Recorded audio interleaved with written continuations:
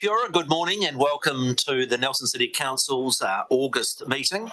A particularly warm welcome to our guests in the gallery and the students that are to present to us this morning in public forum. I'm going to ask our Māori Ward Councillor, Kahu Pakupaki, to be able to begin with a karakia. Tēnā rā mihi mai ana kia koutou tēnei ata, nau mai hara mai kia koutou ngā manuhiri, kai kauni hira, me kaimahi o te kauni hira o Wakatū. Tēnā koutou, tēnā koutou, tēnā koutou. Me noa tātou. Whakatakata hau ki te uru, whakatakata hau ki te tonga. Kia mā kina ki uta, kia mā taratara ki tai. E hi aki ana te a tā kura he tio, he hoka, he hau ngā haume au ia. Thank you. Kia ora mai tātou. I have received an apology from Councillor Tim Skinner and would like to move its acceptance from the Chair. Councillor Courtney is happy to second that. All those in favour, please say aye. Contrary, no. That is carried. Can I just note today that Max, who has been reporting on our invigorating council meetings for 4.5 years, today is his last council meeting. He has accepted a position as communications advisor with the treasured Cawthron Institute. We wish him very well with the role. Sometimes in council, I think we underestimate the importance of journalism and the Fourth Estate. Max, can I say to you personally, the test for me of a journalist is one who sits at a meeting and then I read your report on it, and there has been times in my political career where I thought that was a different meeting. That has never been the case with your reports. Sometimes your reports have annoyed me, and that's because I've done something dicky and you've reported on it. But overall, you have given this community great service as a journalist reporting on our council meetings. And I would ask councillors to acknowledge, and with applause, Max's support.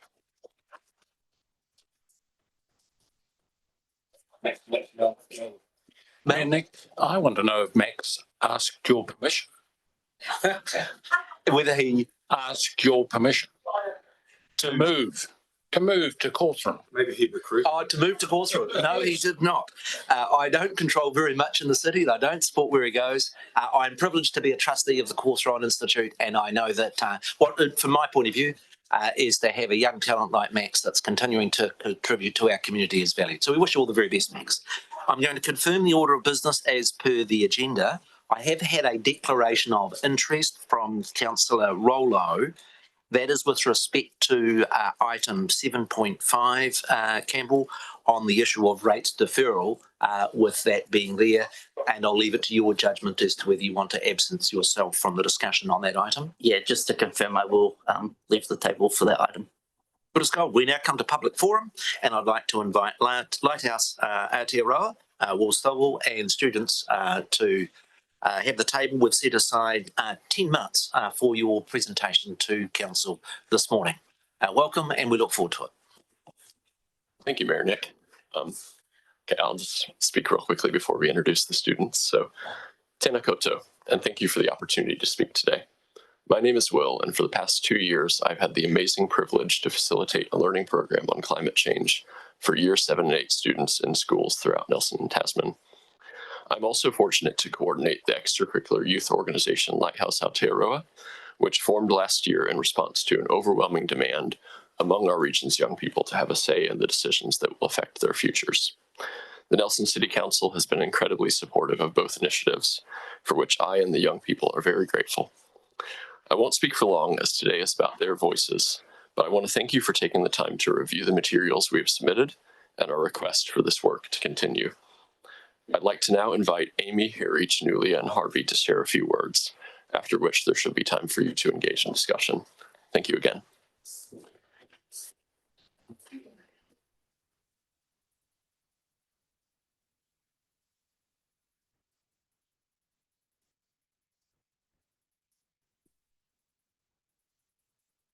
Welcome, Amy. We're all ears. Kia ora. My name's Amy and I'm a Year 10 student at Nayland College. I participated in the Climate Change Learning Program at Broadgreen Intermediate in 2024 and have been a member of Lighthouse Aotearoa for a year and a half. Nature is vital to our survival. It sustains the food we eat, the air we breathe, and life itself. Yet the natural systems we rely on are facing increasing pressure. In my lifetime, the severity of storms has drastically increased, along with a 4.5 to 7.5 centimetre sea level rise. Although this doesn't sound like a lot, council coastal inundation models show with a 50 centimetre rise, parts of Nelson, Taranui and Stoke are underwater or affected significantly more by storm surges. This includes Nelson Airport, Port Nelson and people's homes, including mine. Some people argue that children should not be taught about the climate crisis because it's too scary. As Marie Curie said, nothing in life is to be feared, it is only to be understood. Now is the time to understand more so we may fear less. This quote shows that fear stems from the unknown, and the way to combat fear is through knowledge, curiosity, and scientific inquiry. Understanding the climate crisis is vital to enable and encourage people to act. The Climate Change Learning Program provides a space for children to learn about the climate crisis in a fun and welcoming way and to be part of the solutions. This program needs to be expanded in the Council's long-term plan as it inspires and empowers young people in our community, including myself and many others. Nelson has the opportunity to be a world-leading city in the face of climate change. We need to prioritise long-term solutions over quick fixes and take drastic action. We need to act now to mitigate the climate crisis and to show our city's young people that we care about their futures and the future of all living things. This starts with a clear commitment to education and more opportunities for us to have our voices heard. Thank you for supporting us to speak today, and we look forward to discussing these matters further. Thanks, Amy. Harry. Tēnā koutou katoa, ko Harry Tukuingoa. I am a Year 10 student at Nayland College. I am here today to talk about climate change. In my opinion, climate change is one of the most important current global events, and how we respond will shape the future of my generation and those to come. Over the past few years, Nelson has been hit repeatedly with storms, with my home and neighbourhood being affected. Water was channeled under a house, and during the rains of May 2025, our gutters overflowed. We then discovered the bank under our house had slumped. We had to get a retaining wall built to stop our home from collapsing. Our bottom garden already turns into a small swamp, named Lake Harry by my parents, in every major rain event. And it's nice to have something named after you. I'd rather it be not something so ominous. I know that this is mild compared to what some in our region have experienced.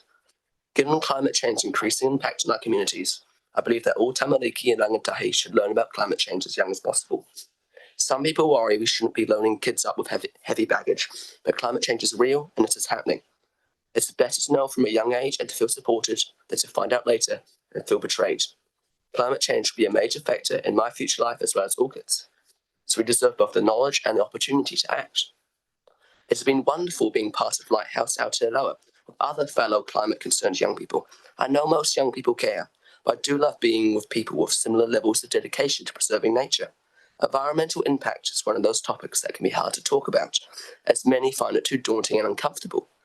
I don't believe it needs to be doom and gloom, and that setting aside our fear to confront it may bring us together in ways we don't expect. A few of us from Lighthouse volunteered at Kai Rescue over the holidays and got to see the amazing people and who work there and the wondrous work they do. It's a hard time for non-profit organisations, as they're often forced to compete over a small amount of funding, but I know the future will require us all to work together and to recognise the essential work on the ground that helps communities thrive. Thanks for listening to me, and ngā mihi. Chanula. Good morning, everyone. My name is Chinulia Jalat, and I'm a Year 10 student at Nelson College for Girls. I am grateful to have taken part in the Climate Change Learning Program, as it has helped me understand that climate change is not just a global issue, it directly affects our community, environment, and future.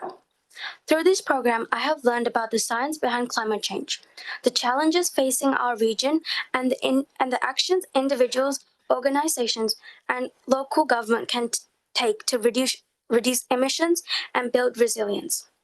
At the start of last year, I joined Lighthouse Aotearoa, and being surrounded by peers who share my values and concerns has been incredibly meaningful. Providing a space to discuss core anxiety, exchange ideas, and support one another in taking action.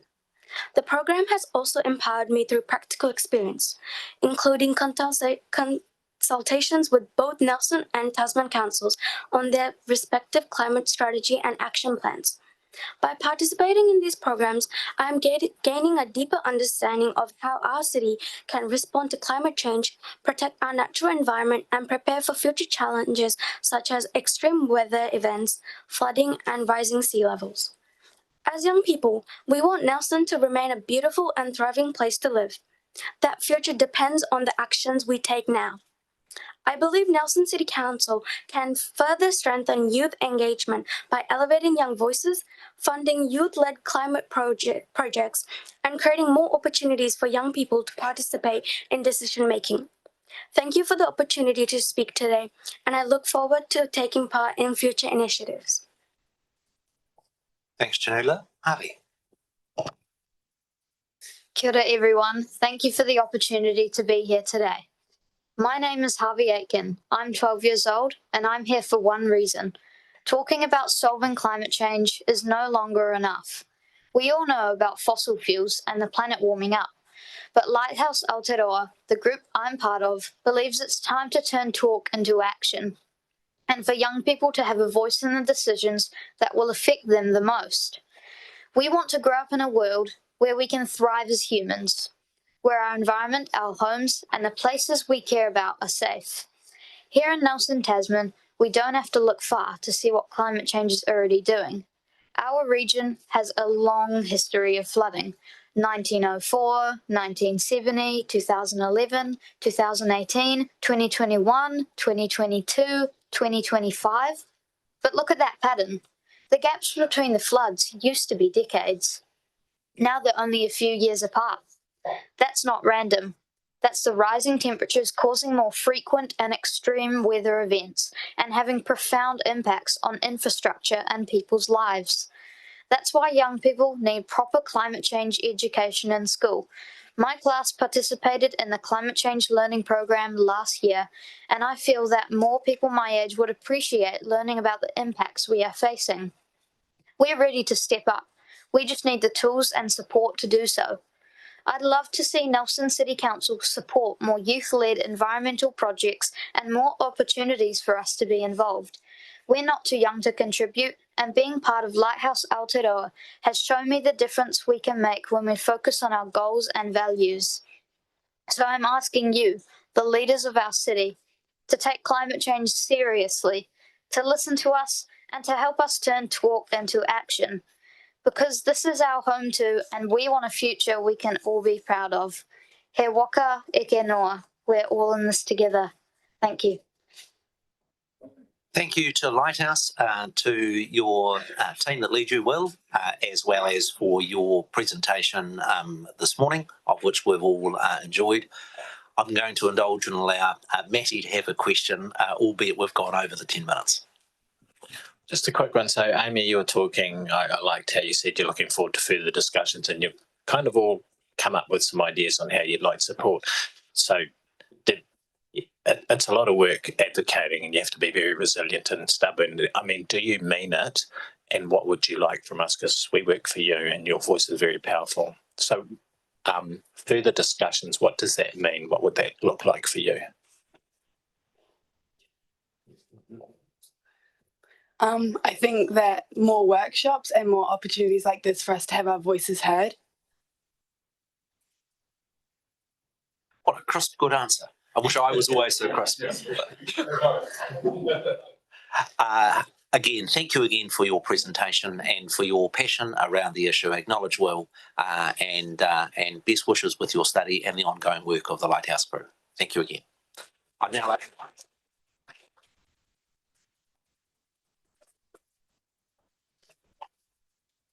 like to invite Kelly Atkinson from the Days Track Community Group to come to the public forum table.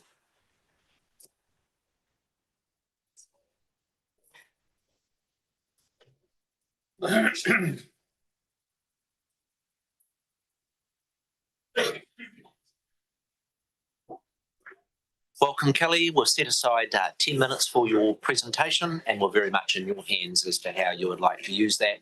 And you will be aware that this item is on our agenda today. Ngā mihi nui. The first thing I think we'd like to say is kia ora to Lighthouse Aotearoa for their leadership. It's fantastic. Tēnā koutou katoa. I'm Kelly Atkinson. I'm here with our friends and neighbors Anna Hickman and Ainsley Riddick from the Grenville Moana area, Caroline Budge from Toi Toi, Ange Vanderland from the Outdoor Access Commission, and many friends and neighbors from our wider community. We're here today because 9 months after our last presentation and short film, and almost 4 years after the 2022 weather event, the fundamental question about the future of the Days Track corridor remains unanswered. That question is not simply whether a track should be rebuilt. It is how council intends to manage a public corridor that contains essential infrastructure, significant environmental and cultural value, and an important community connection. Over the past 9 months, there has been almost no engagement with the communities most affected. Then, just 2 days before today's meeting, we received the report you are now being asked to rely on for a significant long-term decision. That is not meaningful engagement, and it is not a sound basis for a decision of this importance. Instead, the issue has been reduced to 2 options: permanently close the track or spend $700,000 reopening it. That is too narrow a frame. Whether the track is open or closed, council remains responsible for this corridor. Those responsibilities extend beyond public access to include infrastructure resilience, environmental stewardship, fire and ecological risk management, and long-term asset management. Yet those broader responsibilities are largely absent from this report. Instead, it focuses on the cost and risk of reinstatement without properly considering longer-term options such as staged remediation, environmental restoration, managed access, or a resilience-based management approach. The consequences of closure are also unexplored. Closing this established off-road connection pushes pedestrians onto a route with multiple road crossings, while traffic calming measures on that route are proposed to be removed. At the same time, nearby housing developments will bring hundreds more residents to this area. The future need for safe pedestrian connections has not been adequately considered, nor has there been sufficient transparency around the $700,000 estimate. Without the underlying scope and assumptions, neither elected members nor the community can judge whether it represents the best long-term investment. The report also states that future damage is not if, but when. We agree. And that makes the strategic question even more important. If ongoing management is inevitable, then the issue is not whether this track might need future repairs. It is how council intends to manage this corridor over the long term, recognizing its infrastructure, environmental, cultural, and community value. That is the question this report does not answer. The community is not asking council to ignore the risks. We are asking you to assess them properly before making an irreversible decision. We therefore ask you to defer today's decision and direct officers to undertake a comprehensive strategic assessment of the Days Track corridor that considers infrastructure resilience, environmental management, public safety, future growth, and pedestrian connectivity, along with practical alternatives and meaningful community engagement. That would enable elected members to make a decision based on a complete understanding of the risks, responsibilities, and long-term implications. This corridor is too important to reduce to a binary choice between permanent closure and a $700,000 repair bill. We would now like to address some persistent misconceptions, highlight examples of pragmatic approaches elsewhere, and revisit the key questions we raised with you last year.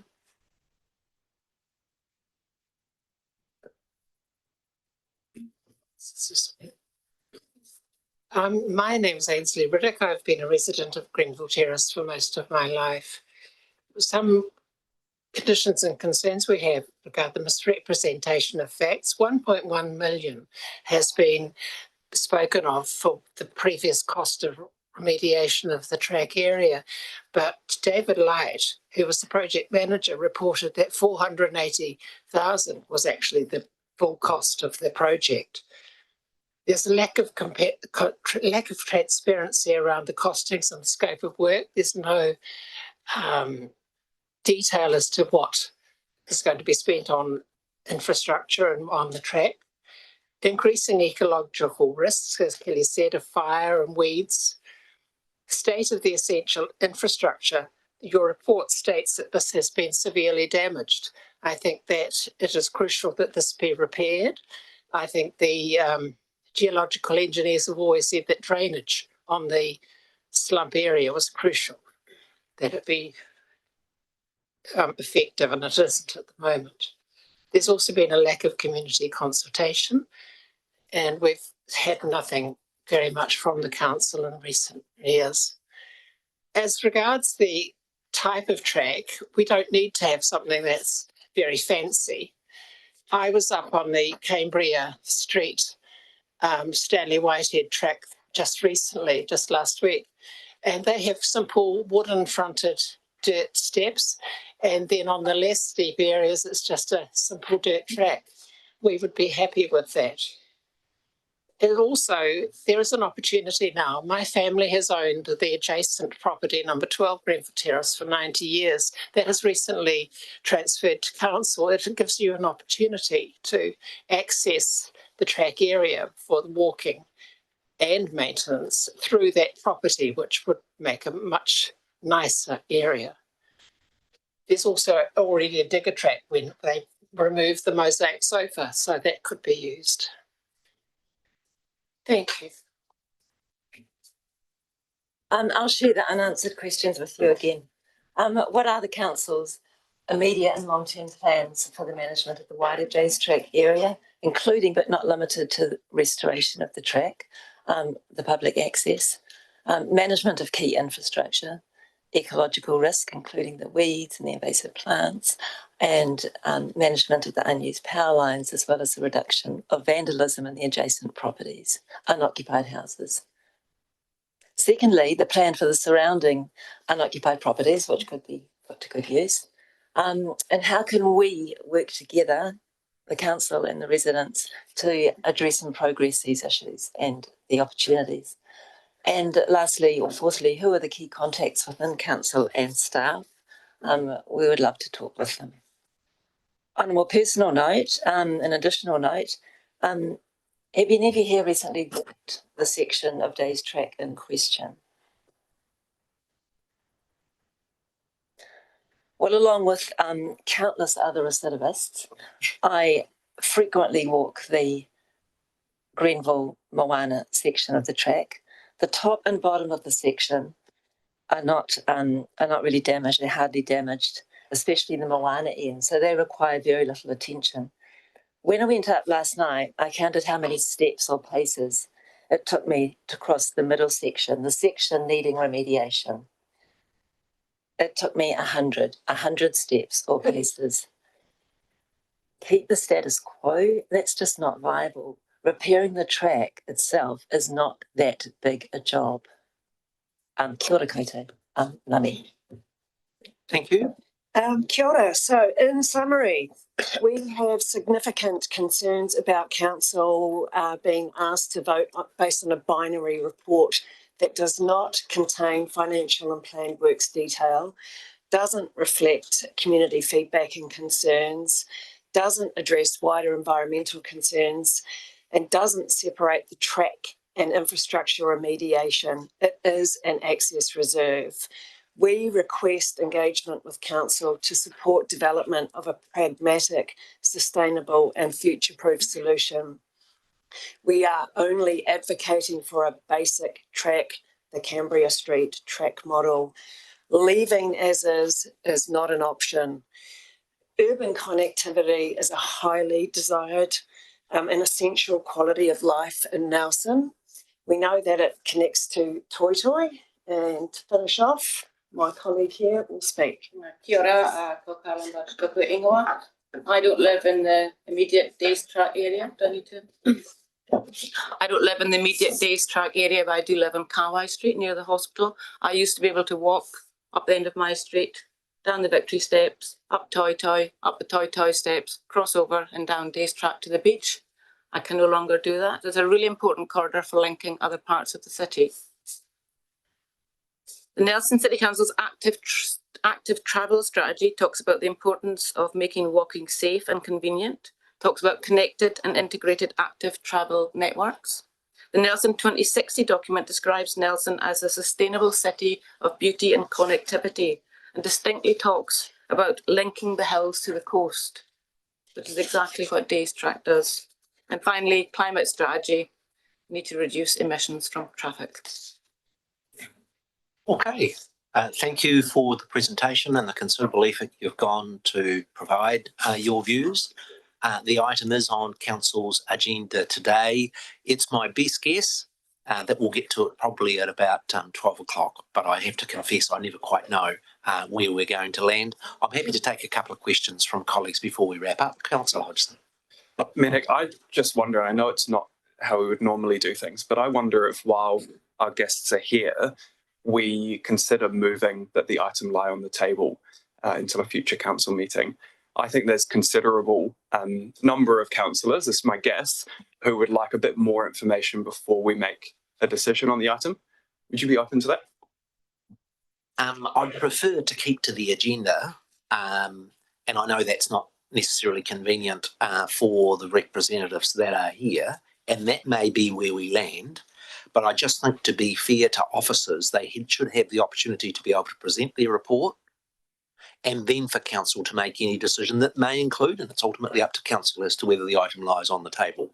So my preference would be to stick to the agenda, but as chair, I'm always in the hands of the majority, and if you wanted to deal with it straight away, the only thing I would urge is that if we are to make a decision, whether it be lie on the table or likewise, I do think we need to hear from officers.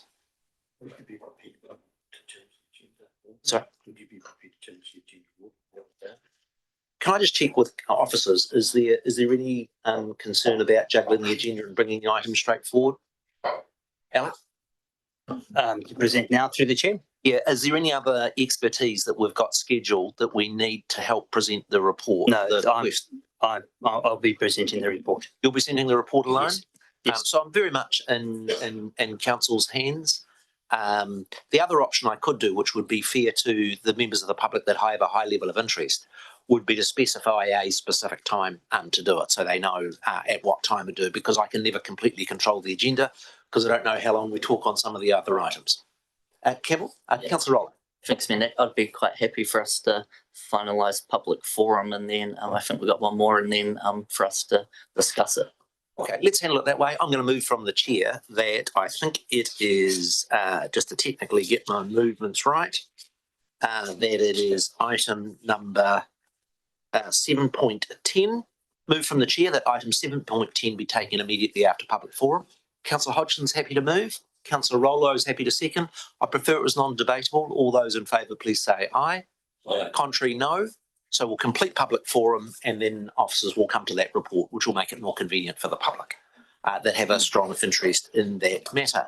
We now come to the third presentation of public forum, and again we're doing it this way to be courteous to the other item. I invite Peter Blaisdell, who's presenting on issues with respect to the CBD. Peter, welcome. You know the gig. We've set aside 5 minutes for your presentation. And just so you understand the standing orders, we allocate 5 minutes for individuals and 10 minutes for organisations, and that's why the two previous groups got a bit more time. Yeah, I understand. Kia ora. Morning, everyone, Mayor, Deputy Mayor, councillors, staff, and members of the public. I think I can safely say all of those people all want a vibrant Nelson City CBD, and it hasn't been doing so well recently. You know, I've heard talk of the centre dying for quite a long time, and recently with the cost of living crisis, high rents and high rates, everyone in the city is struggling. And now the roadworks, that seems to have been a final straw for a number of people. You know, Claudia and Max Prego and Comida, they cited that the roadworks were the final straw for their business, which had been running for 19 years.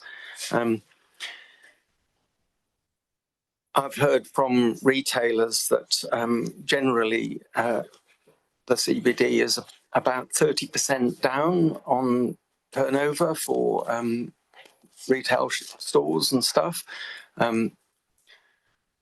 except if you've got roadworks on your road, in which case your retail business is down about 70%.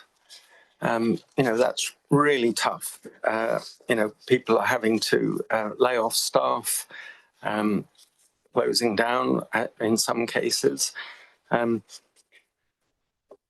We should be helping these businesses. I know it costs money, but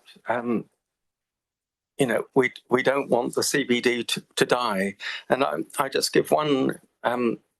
My talk will enable you to catch up because I've just got one more example. I frequent the Dog's Bone, which is a little bar burger place. It has a lot of live music there. It specializes in live bands, and it's a wonderful little venue.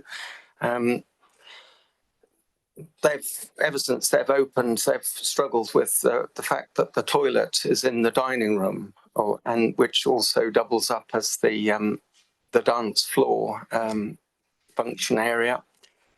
So they want to, quite rightly, they want to move the toilet to a better location.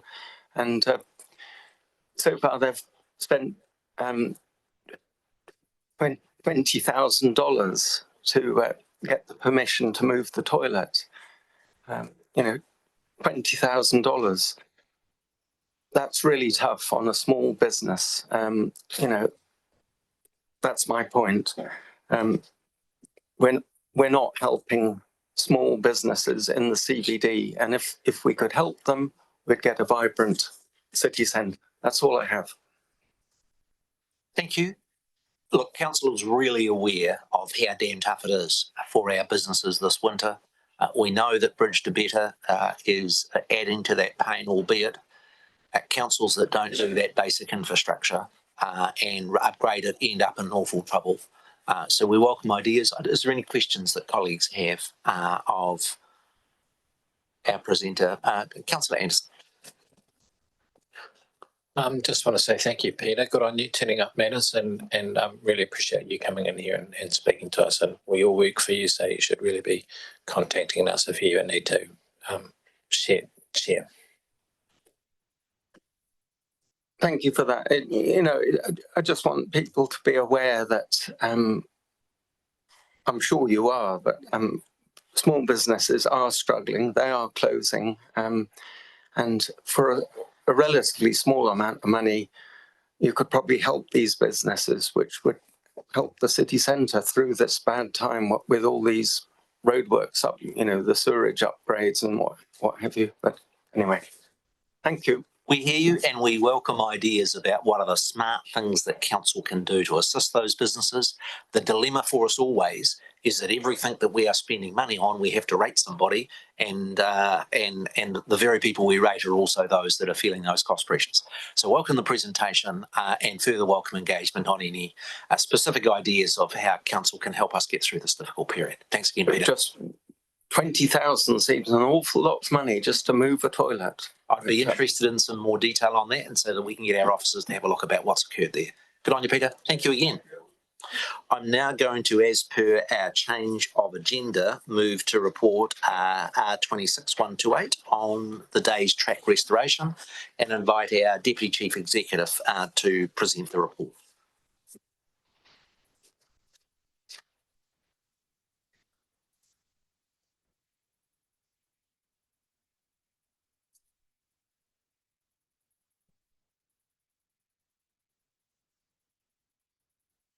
Welcome, Alec. Thank you for the report. And also, I know both myself and other members have asked for some further information, and I appreciate the prompt way in which you provided that additional information for myself and for councillors.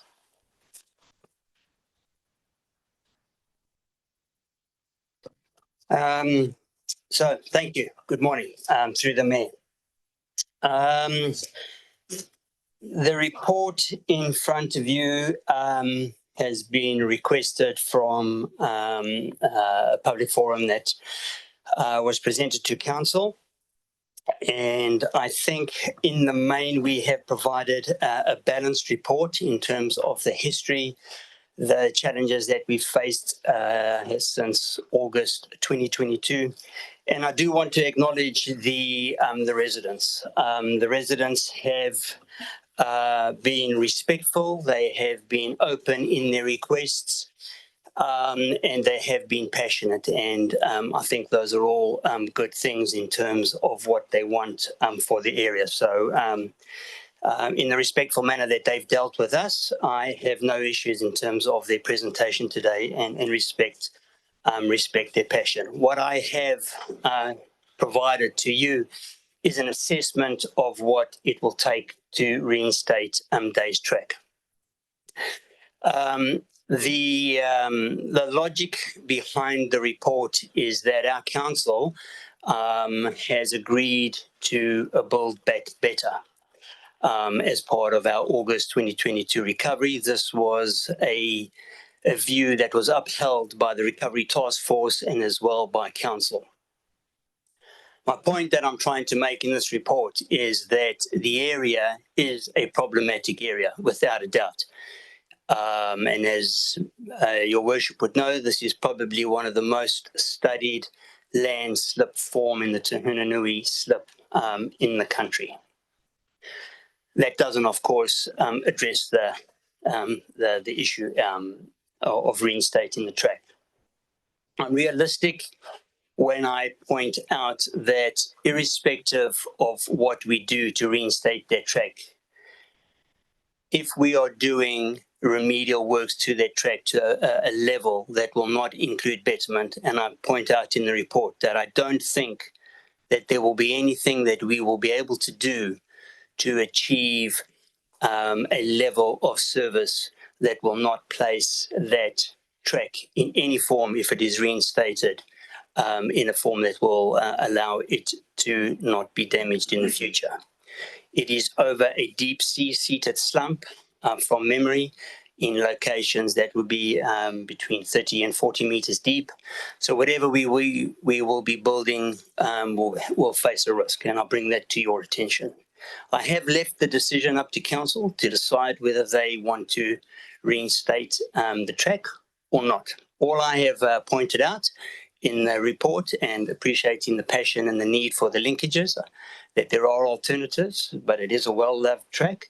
But you just need to make an informed decision.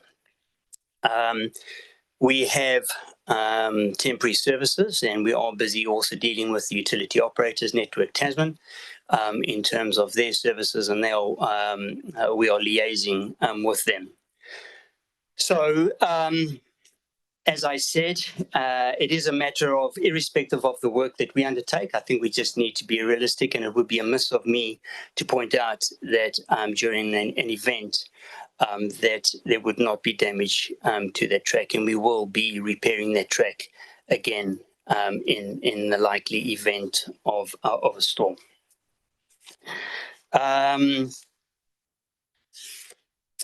We have been focusing, to be fair, on a number of other issues around the city, and this has not fallen off of our radar, but it hasn't been high on our radar, and that has been common knowledge through the Recovery Task Force and through all the reports that are presented through to council.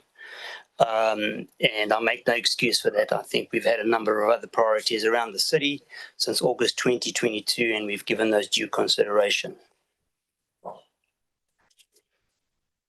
The estimate, yes, we have only provided two options, and that is to keep it closed and or to remediate it.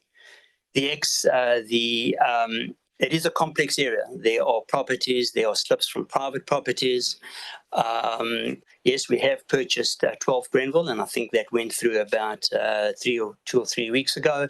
And our next stage in that will be to remove that structure. And it does open up opportunities as to how we link in to reinstating that track, if that's the option that council so decides.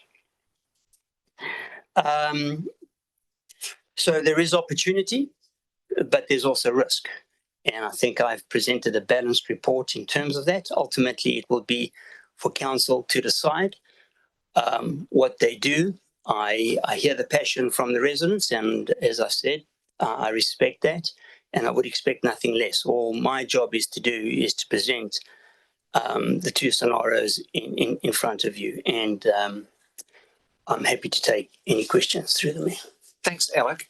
Can I acknowledge the tremendous work our engineering staff has done on the storm recovery work?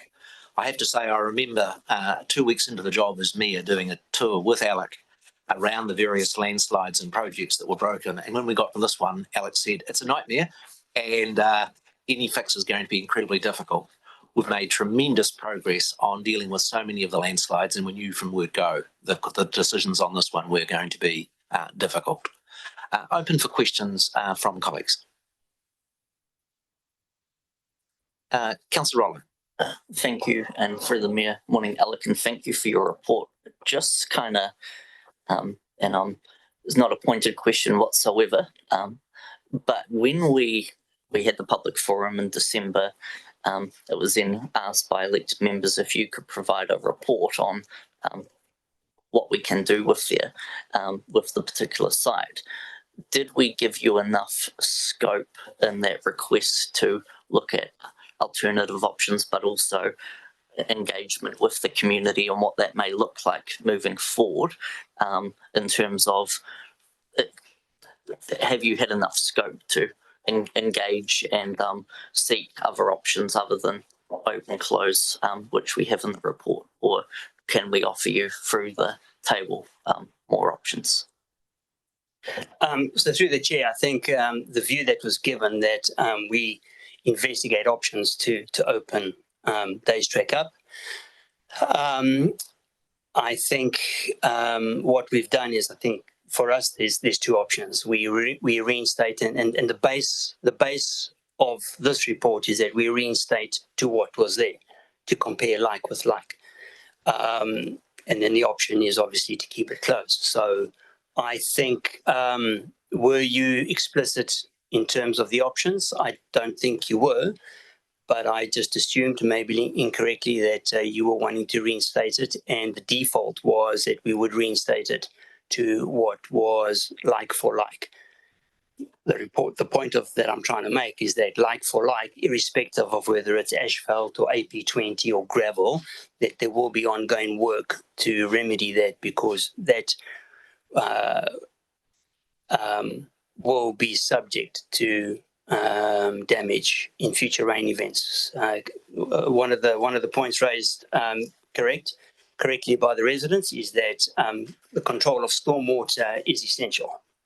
And as a segue, if I may, through the chair, we've been undertaking a lot of stormwater control in that area, and we will be completing the last, I call it the last minor bit of stormwater works this financial year. And then, of course, as you know, we will be undertaking a major project to upgrade the stormwater system down Bisley and Moana down to State Highway 6, which will add greater control of that stormwater, but certainly control of that stormwater and flood flow down that embankment or that slip.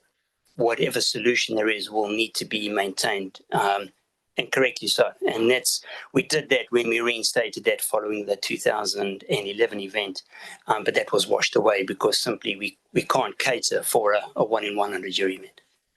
Does that answer your question? I've got Councillor Pakipaki and then Councillor Courtney. Kia mai tātou through the chair. Alec, I'm just thinking about what we know and what's been presented for us in terms of our decision in this governance position. We're talking, there's numbers that have been thrown around obviously pre-22 floods and that of $1 million and $480,000, now $700,000. We're sort of, the proposal is that we're looking at potentially this could lie on the table. It's a complicated problem. By letting it lie on the table, are we going to be able to find a better resolution? Is there going to be any better outcome, or are we delaying the inevitable? and keeping in mind what the points that have been brought up by the community this morning around the lack of detail, the claims of not enough consultation, and also the management plans, lack thereof. So if it is to lie on the table through the chair, do you think that we will be able to accommodate some of those requests and to the benefit of realising or moving away from the option of permanently closing? So through the chair, I don't think that there would be a benefit in letting it lie on the table. I think that all the comments that have been made by the residents are valid. I think the option that we've discussed and presented in this report to open that to the state that it was before addresses those issues. We intend to, underneath this proposal, for that a cost estimate, and granted, it could come in cheaper. I have given a worst case scenario because when you only have to go out there to look at that area to understand the complexity of this. We'll also have to undertake this work in summer. But we'd have to reinstate this, we'd have to reshape this, and we will be replanting this. So this isn't about creating an area that is an eyesore, because clearly we need to address the stormwater issues. So I don't think that there's any further work that we would need to undertake to come up with a solution. Just on that, if I can, Mr. Chair, the points around management and the future management of it would be, even though that they haven't actually been presented with those or available, they'd be part of the plan moving forward. How much of that work has already been done, and how much needs to be done to address some of the concerns? In relation to what, Councillor? Concerns around the future management of the track itself, the future planning of how it's going to be maintained, and also, I guess, around you mentioned things about planting and that sort of thing, surfaces and those items, those details clearly haven't, or rather have claimed that they haven't got those details yet. You do have them, or you will be putting them together? So the option that I presented in the report is that we will be reinstating that to what it was pre damage in August 2022, with the added that we will be replanting that area substantially. So there's nothing there that changes. And one last one. Sorry, the chair. That's right. Fine. How much of that going forward, if that's an option we do choose to reinstate, will the residents around there and the users of that space be allowed to contribute to that process? I think if the community wish to assist, that's great. And I think if any community would be able to do that, it would be this community because of their passion. But certainly we would be relying on council to remedy any washaways, to make sure that vegetation is sustainable, that it grows. If the community is willing to assist with that, but I think the first call of responsibility will certainly be on council when and if there's damage, to make sure that whatever we deliver there is delivered to the correct standard. But any assistance that the community thinks that they could offer in terms of working bees and plantings, we would certainly, provided it's safe, we would work with the community to do that. I've got Councillor Courtney, then Councillor Austin, and then the Deputy Mayor. Councillor Courtney. Thank you, Mayor Nick, and thank you, Officer Levertis, for your very clear explanations just given to my colleagues. Alec, I think we need to talk seriously about the fact that this is unbudgeted expenditure we're talking about, 700,000. And we had a very, very tight budget this time and other times, but more particularly at this time that we were working through, because the cost of living and those sorts of things. How are you going to manage that unbudgeted 700,000 expenditure if the decision is that we proceed? It's an estimate, you see. Would you have to move projects back or bring? You see, it's not It's not in the works plan at all, is it, or isn't it? That's a very good question, and if I may, can I just expand on that a little bit? I'll try to keep it. I'll try to keep it brief. So, I need the council to understand that we have always regarded Daystrack as a complexity, and as Mayor Nick indicated, I reported to the Recovery Task Force over the years. 4 years have elapsed since August 2022 about the complexity of that. We did indicate that there was a possibility that we wouldn't reinstate that for various reasons. And the geotechnical complexity is but one of those matters. Where we find ourselves at the moment, that there is no budget line to replace or do any work to Daystrack at this moment in time. Based on the annual plan as it stands, because there's no specific budget line, and because we are where we are, we have presented this to council. If council decides to go ahead with this, administratively, there is no budget in the current budget to undertake this work. What council could do is they could move some of the work that we have out, which I would not recommend that we do. We have a program of works, we've got our momentum, and to be fair, we are tracking very, very well on our recovery. All I'm pointing out is that the current work to reinstate Daystrack is not included in this budget. Could be included next year.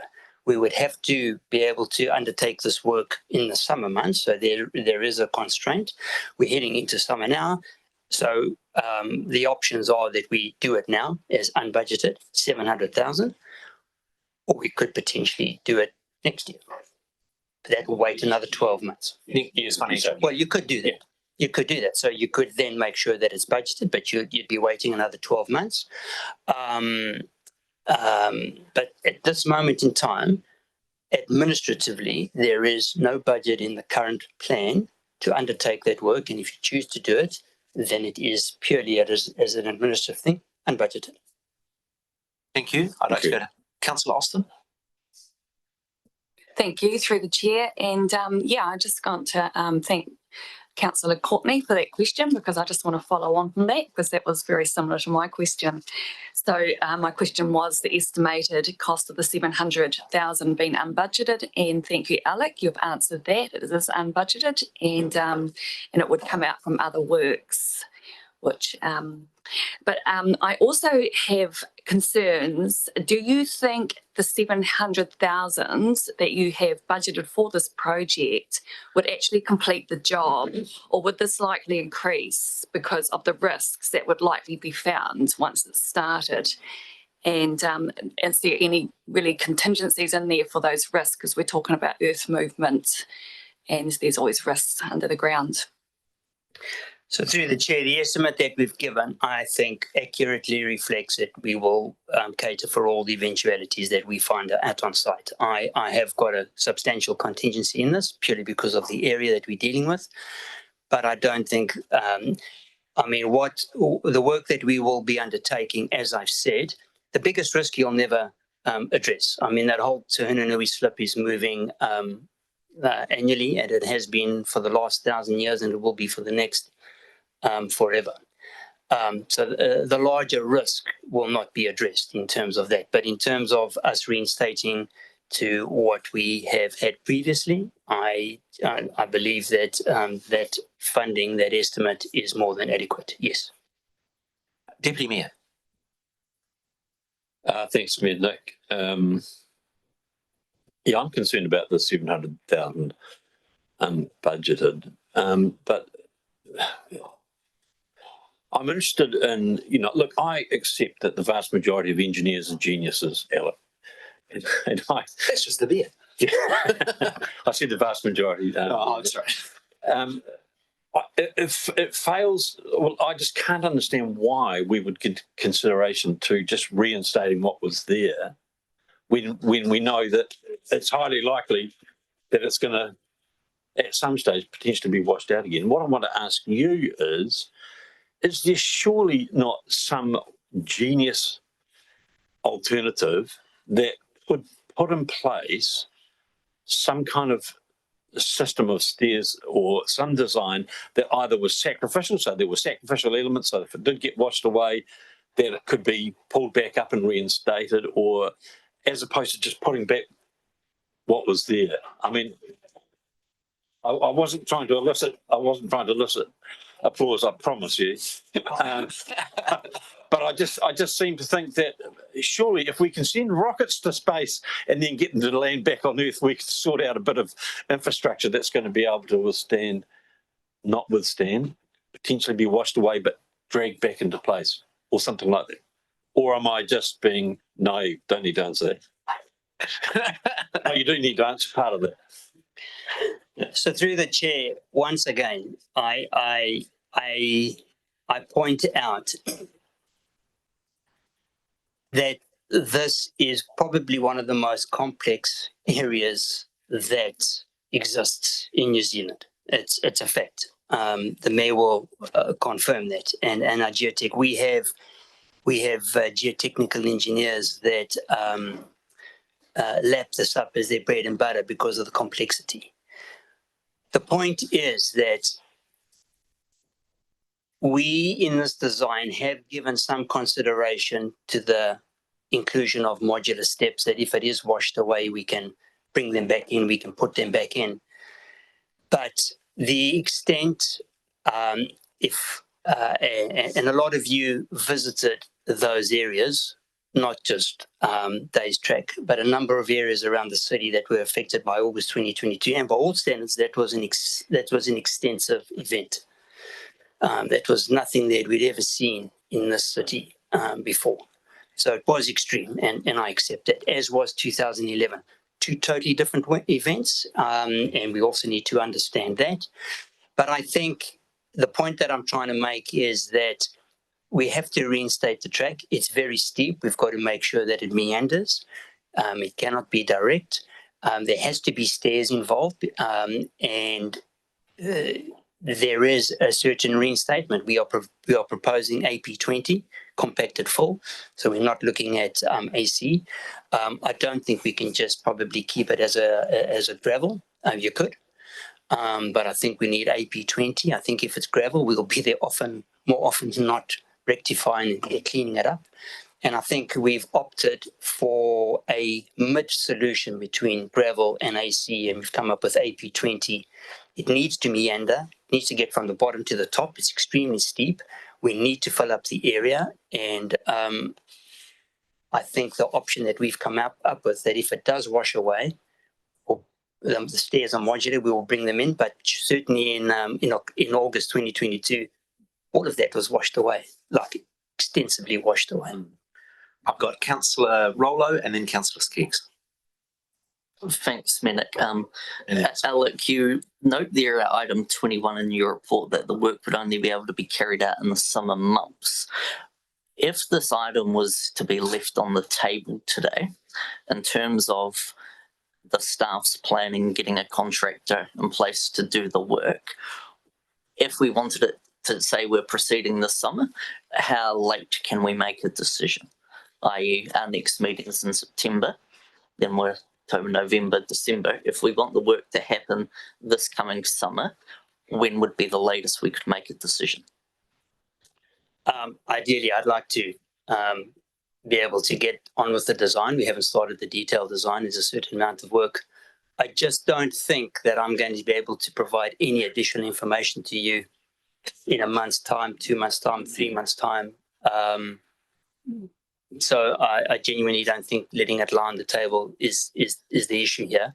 We're proposing a solution, and council just needs to make a decision in terms of which they're going to do. But ideally, as with anything, I need to get cracking. I need to start that design. I need to start planning.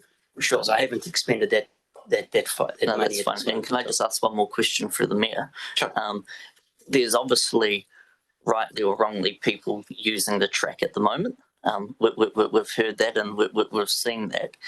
Is there a third option, and we are in the business of being safe and making sure places are accessible, an option where we don't spend $700,000, but we get the track in a condition that it is open, and we put signage at either end explaining this is a utilize at your own risk, don't utilize in heavy downpours. Is that a potential option?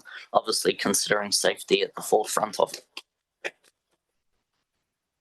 So through the chair, I've covered that in my report. I've indicated that either way, whatever decision council makes, I would only, decision is yours, but I have recommended, and it's clearly detailed in the report, that whatever solution we come up with to open up that track because of the risks and the deep-seated, and that we won't ever be able to build back to the standard and the philosophy that we've in terms of betterment, there will always be a risk. Now, I don't know what that trigger is. We have a trigger on a number of other slides, but it's quite a high intense rainfall. But yeah, it's in the report. I would say that if you open this, I have made a formal recommendation that signage is there. And I don't think it's use at your own risk. I think we need to be a little bit more responsible as landowners to say, when a certain trigger is reached, we stop, we close that, and that we assess, and then we open it up again. I don't think it's user beware. I think we need to take our responsibilities a lot more seriously. Councillor Skeggs, and then I have myself, Councillor Anderson, then Malaghy. Thank you, through the chair. Alec, we're talking, I do have concerns about the unbudgeted side, of course, as well. But I'm also starting to think about the big picture. So we're talking just Days Track, but that whole area, we've got some houses to remove. We've got remediation of property around Days Track. We've got stormwater remediation that has to happen in that area as well. Should we not be looking at it as one big project that we plan for, and look at how we could potentially use those properties that we now own? Is it an option, or is Days Track very separate from all of the other work that's happening around that area? Very good question. So just to recap, council purchased properties in Moana Avenue. That is so far removed from Days Track that it would have no effect on that. I did indicate that we have purchased 12 Grenville, and look, the purchase of 12 Grenville is to remove a house that has been derelict since the 2011, 2013, and it opens up an opportunity, but it's in itself doesn't address the greater issue that we're facing. So none of the properties that we've purchased have any substance to Days Track. I will point out, as I did earlier, that we have upgraded the stormwater system from State Highway, and we are progressing further up. We've done extensive work. As I said, we'll be undertaking the last bit within Bisley and Moana now. And then the next big ticket item is the upgrading of the stormwater in Moana Bisley to bring that stormwater down. That is a multi-year project, multi-million-dollar. I think that needs to happen, definitely. I don't think it definitely needs to happen to manage the stormwater, but I think that can sit separately. That is further out. That is 2 or 3 years out, and we're busy working through the design now. But I don't think that in itself will address this issue. It will assist, but it won't address this issue. Just a question for myself, Alec. On the question of whether the repairs done from the 2010 and 11 event was 1.1 million or 480, do you want to comment on that at all? I think, thank you, Mayor. I think the cost that we've quoted there is the entire cleanup. There was cleanup, there was remedial work, there was designs. So I think the 480 may have been, and I don't know what Mr. David Light has indicated, but certainly in terms of the total cost to remediate and clean up, I've given you a picture of what the total picture would look like. My question, main question, is around information, because I'm really struggling with this one. On the one hand, I hear the residents, you've got a contiguous track, you've got a very expensive section on a very difficult landslide, and you're absolutely correct, it's the most difficult urban landslide anywhere in New Zealand. Here's the bit I'm trying to decipher. To keep Days Track open, if it's going to cost 700 grand roughly every 10 years, that's a 70 grand hit per year. And I don't think I can justify that. And I do note officers advised us not to spend the money the last time it was wiped out because it was unsustainable. But I really want to get clarity about whether the cost of maintaining that link works out on average for the ratepayers looking out over the foreseeable future, and you never know when we're going to get another August 22. But roughly, I say, based on history, we had one in 2010, we had another one in 22, so it's about every 10 years that we're going to get a nasty event. So the question I want to ask is trying to decipher what is the long-term annual cost as best as we can forecast around it. And like I say, if it is 70 grand per year, I don't think I can look the Nelson ratepayers in the eye and to say that that's good value for money. But I want to know that that 70,000 figure is robust. And that is the point of this question. If we proceed with option B and we spend the 700 grand and we get the equivalent of an August 22 event in 10 years' time, will it cost you another 700 grand to put it back? Or will you be able to recover some of the elements that you put there? In other words, if it's going to cost 350 because the bits have moved around a bit or the like.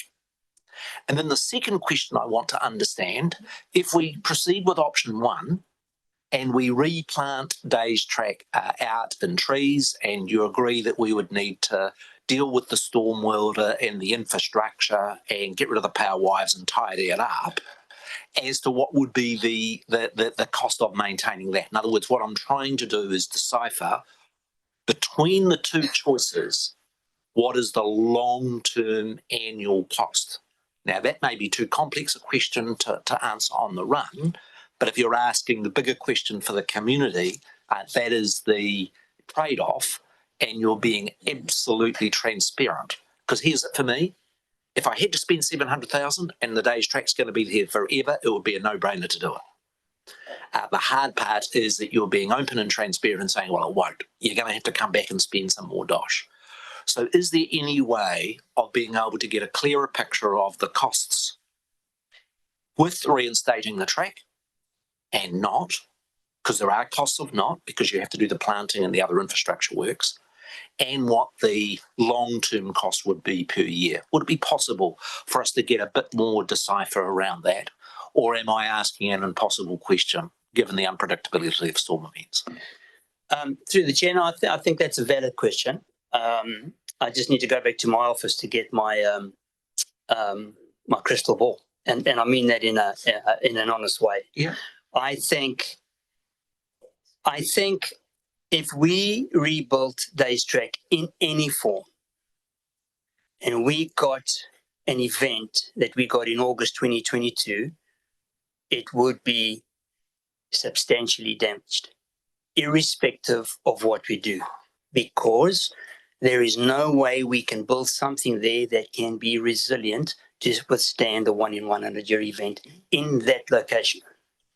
Now, I haven't got a crystal ball, but our history tells us that in 2011, which was a substantial event, a different event, but a substantial event, and the one in August 2022 severely damaged those areas. Irrespective of the fact that we are planning to use modular stairs, for example, in the August event, it would be buried, as with most things else. We'd have to go and dig it out. In a 1 in 10, in a 1 in 15, in a 1 in 20, I think the options are less so that we would have the substantial damage and we would be able to do some work. So, to answer your question, if we reinstated it and we got an event as we did in 2011 or 2022, and bearing in mind, this is difficult to explain, but a 1 in 10 year event doesn't mean you only get it once every 10 years. It's the intensity of the storm. You can get a 1 in 10 year event or 1 in 100 year event every year. Dice every year. Okay. So I understand your question though. So if we got a 1 in 10 year event every year, we would have to do some remedial work. Do I think it will stand up to a 1 in 10? I think it would, but we would need to undertake work, maintenance, like you do on your house. And we would need to make sure that we've got the stormwater flowing Stormwater is the critical thing to get away. If we got something greater than a 1 in 10, we would treat it as we saw it. But anything greater than a 1 in 20, depending on the intensity and the damage, it could be, we may have to dig things up. It may be like now, if we go there now, some of those steps, I don't think we could use again. Yeah. So there's that question. I can't give you a definitive answer, but I think we would need to undertake work on an annual basis to make sure that we control, and the stormwater, we'd have to make it on our regular checks, which we were doing before August 2022, before we got inundated. We would need to make sure that the vegetation is taken. I think planting that area out will stabilize that bank to a large degree. The other stormwater works that we are undertaking will certainly assist getting the stormwater out of that area. Alec, can I just think it's minimal. Yeah, sure. No, it's good information. Can I just ask this question?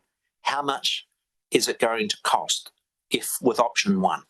That is, if we decide not to proceed with the reinstatement, we're still going to have the costs of restoring the infrastructure services, the planting, and the tidy up of the other things. What is the cost with option 1? I would probably estimate 200,000. And is the 700 additional to the 200? No. Or included? It's the same. Right. Good. It's one or the other. Yeah, it's just a different. You're comparing different solutions. I understand. We would deal with the services. I'd have to deal with Network Tasman because they're waiting on a solution, and then we plant out the area, and then we'd just make sure that we planted out the area very, very well. Thanks for the additional on the second option, we'd be doing the stairs plus everything else. I understand. Just trying to get the clarity around the different choices. I'm going to have Councillor Anderson, then Councillor Courtney. Thank you, through the Mayor. You stole 2 of my questions. I'm sorry. It's all right. Around option 1, so if we went to reinstate, the presentation, so they've got key concerns and key questions. And in my head, I'm assuming that the information already exists. Management, key infrastructure, fires, risk management, control of weeds, invasive plants. So, I mean, I would like a little bit more, and I guess the community would like a little bit more information on what would happen without reinstatement. I'm assuming that's not your intent. You want it reinstated, but the reality is we might not land there, but they do have some valid concerns that can be scaffolded into and communicated, to the community. So, because I look at a lot of these questions and concerns, and they apply if we do not reinstate Days Track. So, and I'm assuming most of that information already exists. So, and I guess it's a matter of getting it together and sharing it. Through the chair, if I may comment, we seem to be criticised a little bit for putting the option of not reinstating, but as you know, we have to provide a fulsome report, and an option always is to do the nothing report. So we are following standard procedure in terms of putting an option forward to not reinstate. This is not unusual in any report. We will give you the options, and doing nothing is always an option.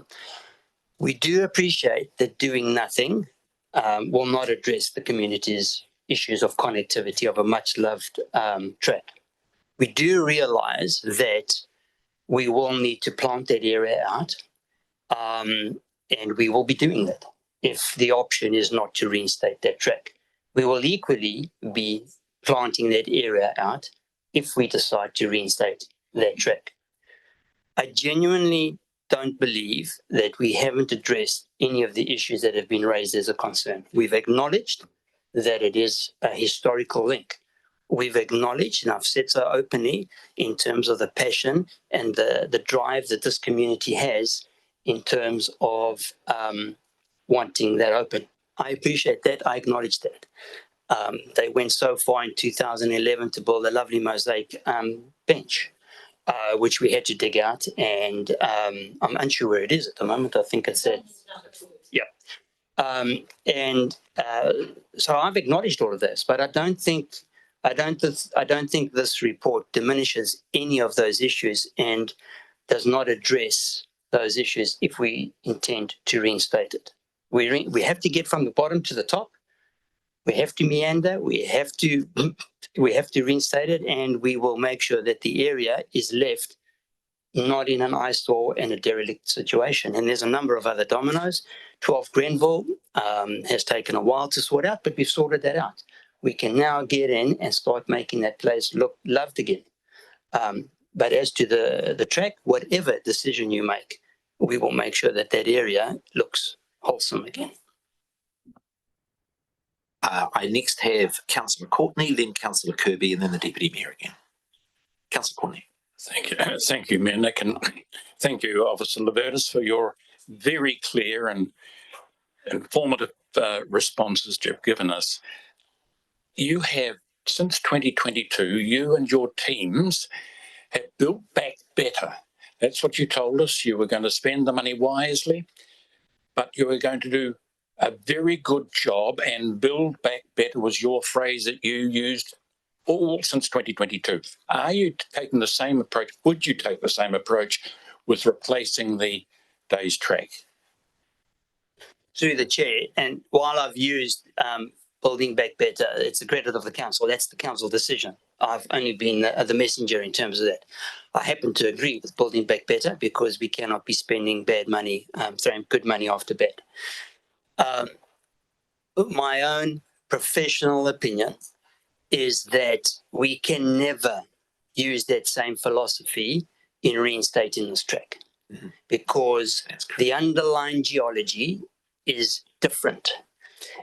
It is deep-seated. If you were, for example, if you were going to build a house on a deep-seated slump, you would need to make sure that your foundations went deeper than 30, 40, 50 meters, for example. Yeah, you build on rock, not on sand. This is a footpath we're talking about, a track. There is no way we could engineer a track that could be built back better and withstand a 1 in 100 year event. That's all I'm saying to you. It's just a physical impossibility. So no, to answer your question, Council, we cannot employ that same logic on this. Right, because it won't include that sort of attitude, will not be included in the 700,000 that you're telling me. No. Thank you. Councillor Kirby, then the Deputy Mayor, and then Councillor Brand. Kia ora, Alec. Just want to acknowledge everyone from the community who's shown up today too. It's clear there's really strong interest in this, and it's good to see the support and the advocacy. Thank you. I have two questions, two partai. One, are you able to break down that 700k figure for us a little bit more? Interested in sort of cost of stormwater versus the building the track. And the other question I'm interested in is, if we fund this, what is the sort of thing we're likely to be delaying or not funding? So through the chair, to answer your second question first, what we're proposing is the options that are presented in the report is that if you go with us, we will be doing it now and it'll be unbudgeted. So nothing will be delayed. We will be continuing with our works program. This will be in addition to that. That's what I'm indicating. In terms of the cost breakdown, as I indicated, the planting and the cleaning up is round about 200,000. The staircase itself is probably about 200,000. There's design costs, there's contingency, and there's services that we need to reinstate, which make up. So that's an indication. And as I said, which I probably haven't included in the report, we plan to plant about 350 native trees in that area. So it's a substantial planting plan that we intend to undertake. Are those trees either way? Either way? Like regardless of the decision? We would be intending to plant that either way, yes. Deputy Mayor? I'm getting more confused as we go on, really. So I'm not making a statement, it's just a comment. Alec, look, this is an historic track. You know, it's probably been there longer than a lot of the roads in Nelson. it's not a track when it's got a section that's unable to be used. So from a city perspective, are you trying to tell me that there's absolutely no way that we can build a resilient structure in there? Because here's what I'm going to say to you. There are plenty of engineering solutions to incredibly complex geological and geotechnical challenges around this country that have been put in place. So what I'm saying to you essentially is, if we're talking Corolla and Rolls-Royce, I hate that analogy, this 700 grand is just to put the track back in. But is there no engineering solution whereby okay, forget about how much it costs. I want to know, is there an engineering solution that could put in place a way of getting from Moana Avenue down to Greenville Terrace? Through the chair, to ensure that it doesn't get washed away in an August 2022 event? No. I hesitate, but having a PhD in landslides, and I'm happy for you to comment. I'm being questioned, yeah, and I'm my giving you an comment answer. was one to be totally supportive. The sort of financial cost that would be involved in trying to control the Tahunanui major landslip is way beyond the financial resources. There are so many zeros on it, I would not even attempt to pretend. And so from the expertise that I had in the subject of which I did my PhD, the advice that we are receiving is that a permanent engineering structure on this site for either building a house or a walkway is not possible. The only solution you might go for is one where you accept. And as Minister of Conservation, there are a number of sites around New Zealand where we say you cannot build a permanent structure here, but we are going to build a structure knowing that it is going to be regularly damaged and be replaced. And that's where I'd like to support our, I'm not saying one option or the other, I'm just simply saying the advice that you're getting from the Deputy Chief Executive that a permanent structure that will survive any event is impossible on that site. Thank you. And I stand by that. Yes. Yeah, thank you. We go to Councillor Brandt. Thanks. Yeah, lots of information processing. I've changed my question like about 20 times now after everything. I just want to come back to the point because you raised about the storm events, the 1 in 20, 1 in 10, 1 in 100. You talked about the not the same as building the foundation as you would for a house. But in the Storm Recovery Task Force, we didn't put this as part of that works. And part of that was because of the slump, constant movement and the historic, and you raised the 2011 and the 2012 event, and we didn't actually reopen the track until 2017 after the 2011 closure. And then we've also got that area being open to fire risk and summer's been closed and that. So there's different things that happen in this space. But we talked about the geotechnical risk. So I'm just coming back to all of this came down to the Tonkin and Taylor report around the monitoring and what that shows us. So you're not just saying stuff because we see build back better in the storm task recovery. We actually have the monitoring of the Tahunanui slump and the Tonkin and Taylor report, but that hasn't actually been named as part of the decision process that we should be using for the risk. So are you able just to, I don't know, expand or clarify what that Tonkin and Taylor reports told us about Greenville area and the constant movement and monitoring of the Tahuna slump and why we ended up buying those properties in that space because of that future risk, not just the cost of, but it was actually about the future risk and what we could actually do. And it wasn't just the decision made lightly on that.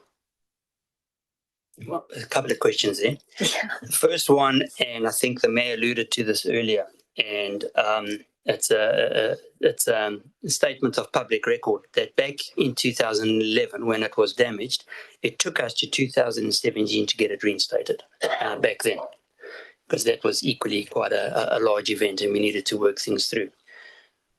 There is a report that came to council where officers recommended that we don't reinstate Days Track. So for the record, our advice back then was that we don't reinstate it because of the fact that we didn't think back then that we could undertake any works that would last and stand the test of time. Be that as it may, council made the decision, we built it back, and in 2000 it was completed. It took us a long time to do that, and then it was destroyed again in 2022. In relation to, look, there's been many reports. There's been many reports by a number of consultants, and I'm not going to single out any particular consultant, but we have used a number of specialists. We understand the extent of the slip in that area. And as you know, we understand very comprehensively the extent of the Turnanui slip, where it starts, where it ends, how deep it is. It really depends on whether it's a dry month, a dry year or a wet year, but it is continuing to move.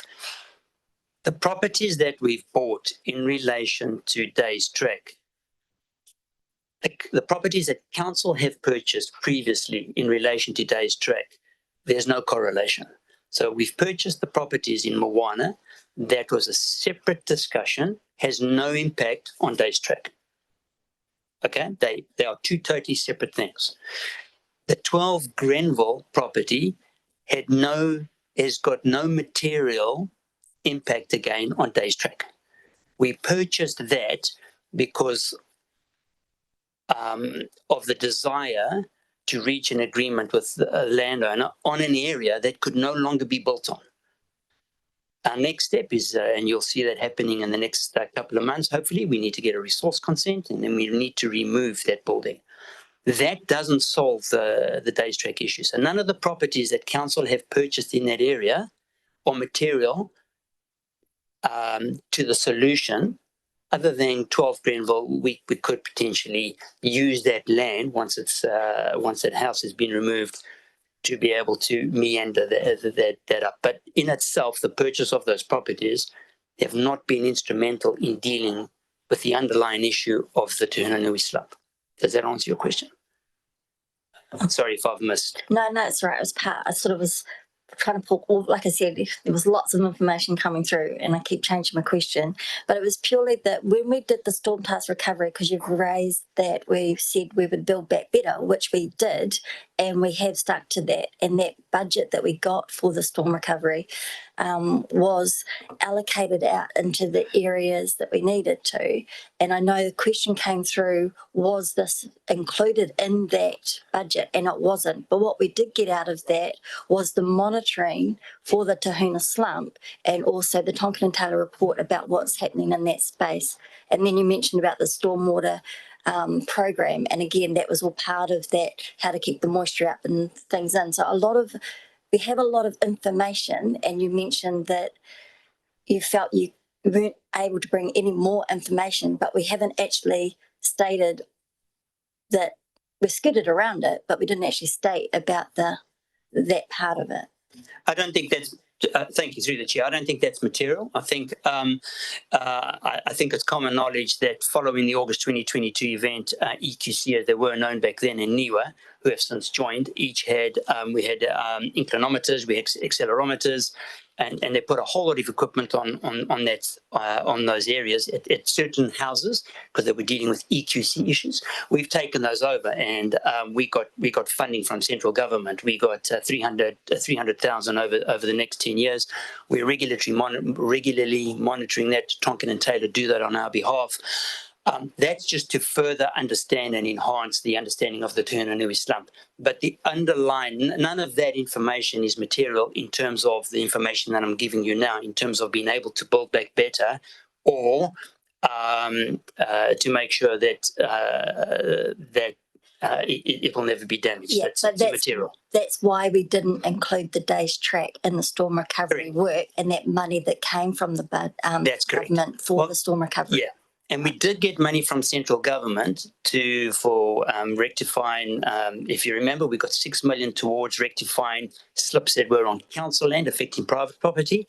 And then we also got 6 million towards the potential buyouts. Two totally separate issues.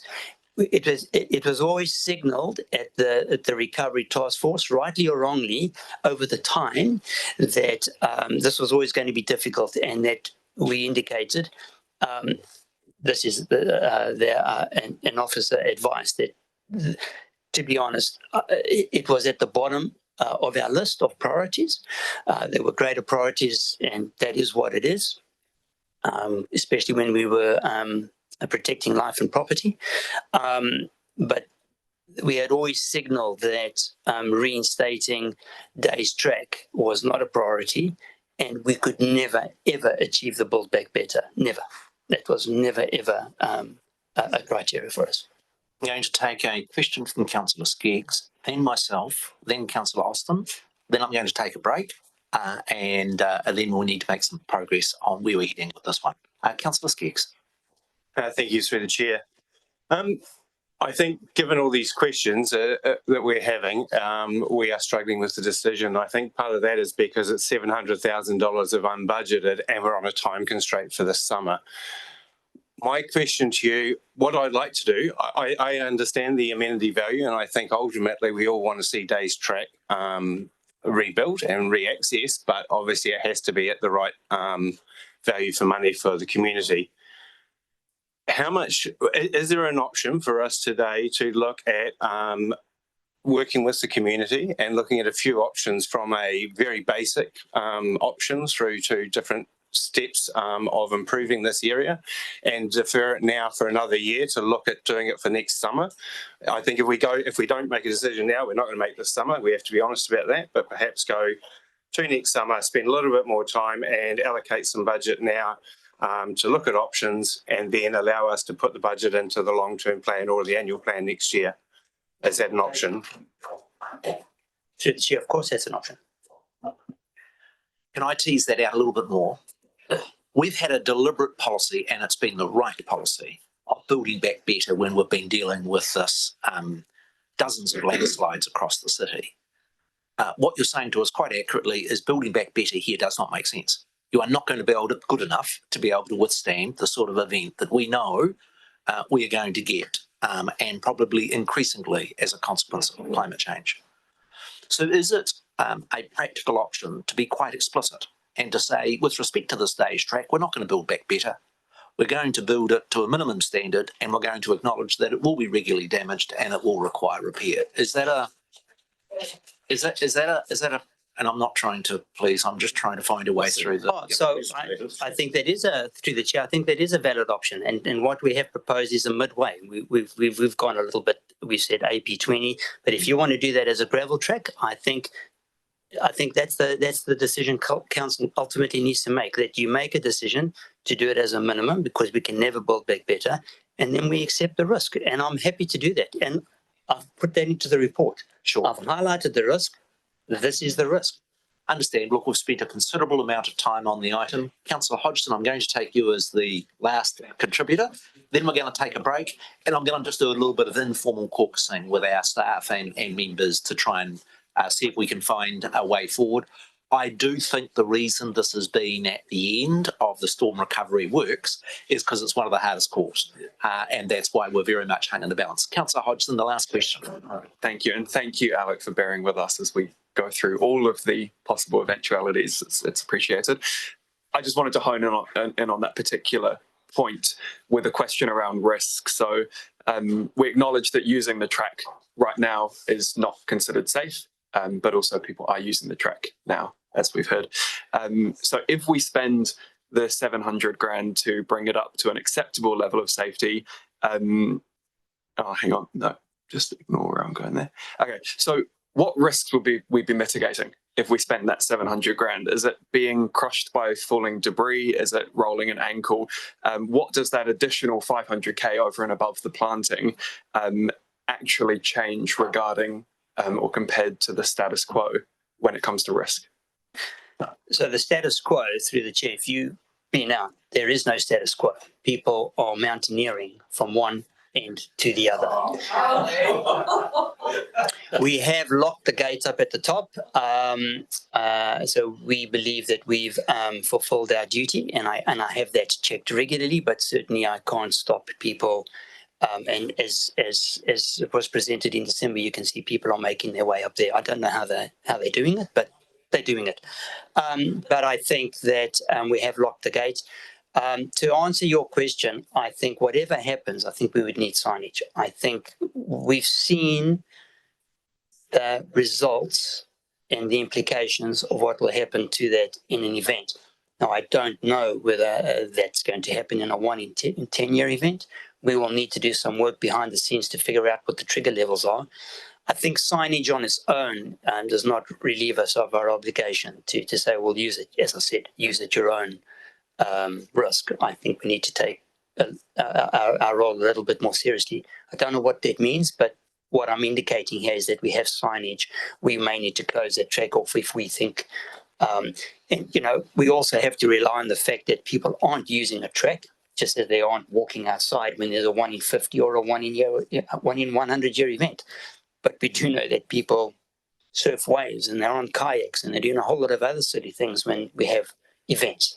That's all I'm saying. I think the question is, even if we spend the $500,000 or the full 700 for everything, those methods of managing risk will still have to be there.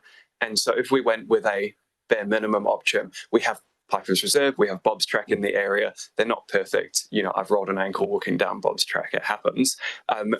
What are the risks in this area of having a track over and above something like Bob's Track if it was a bare minimum option compared to spending the full amount for a reinstatement? I think the bare minimum, the risk is the same, irrespective of whether it's a bare minimum, an AP20, a compacted AP20 or an AC. This isn't about rolled ankles, Councillor. Yeah. I need to make it very clear. You look at what happened in August 2022, none of those other tracks were damaged to the extent of this. This is a unique location. It's a unique issue. So this isn't about ankles. This is about risk to life. And I stand by that. I'm not over-exaggerating that. If somebody had been on that track and it had failed, there would have been a potential fatality. That's as simple as that. I'm not going to move away from that. I think that's my point. Can I add to that to support Alec? You would have to be blind to not note the tragic events that occurred around a landslide in Tauranga last summer, of which the council is subject to very strong criticism. And the assumption that was made there, and is so often made with landslides, it's stopped raining, so there is no more risk. And I tell you, as a person who spent 4 years crawling around in landslides, their unpredictability of suddenly moving sometime after an event is the sort of risk that is real and has to be managed. That doesn't change the perspective, but the question that you ask around risk, and Alec has responded, is real. All right, we're going to adjourn for a break. We've been going for an hour 40, and post the break we need to make some call about how we move forward.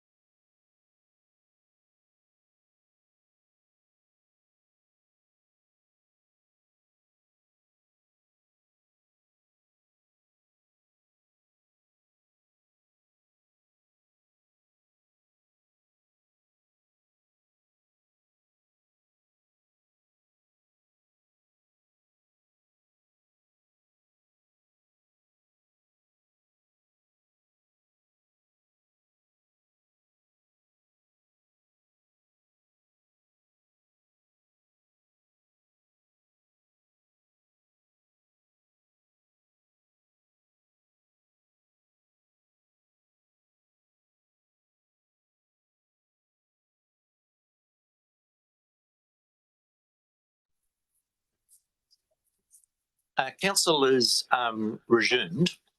I do just want to acknowledge that this is a difficult issue, and I would not want it to detract from what I think has been a truly outstanding piece of engineering recovery work post that August 22 event.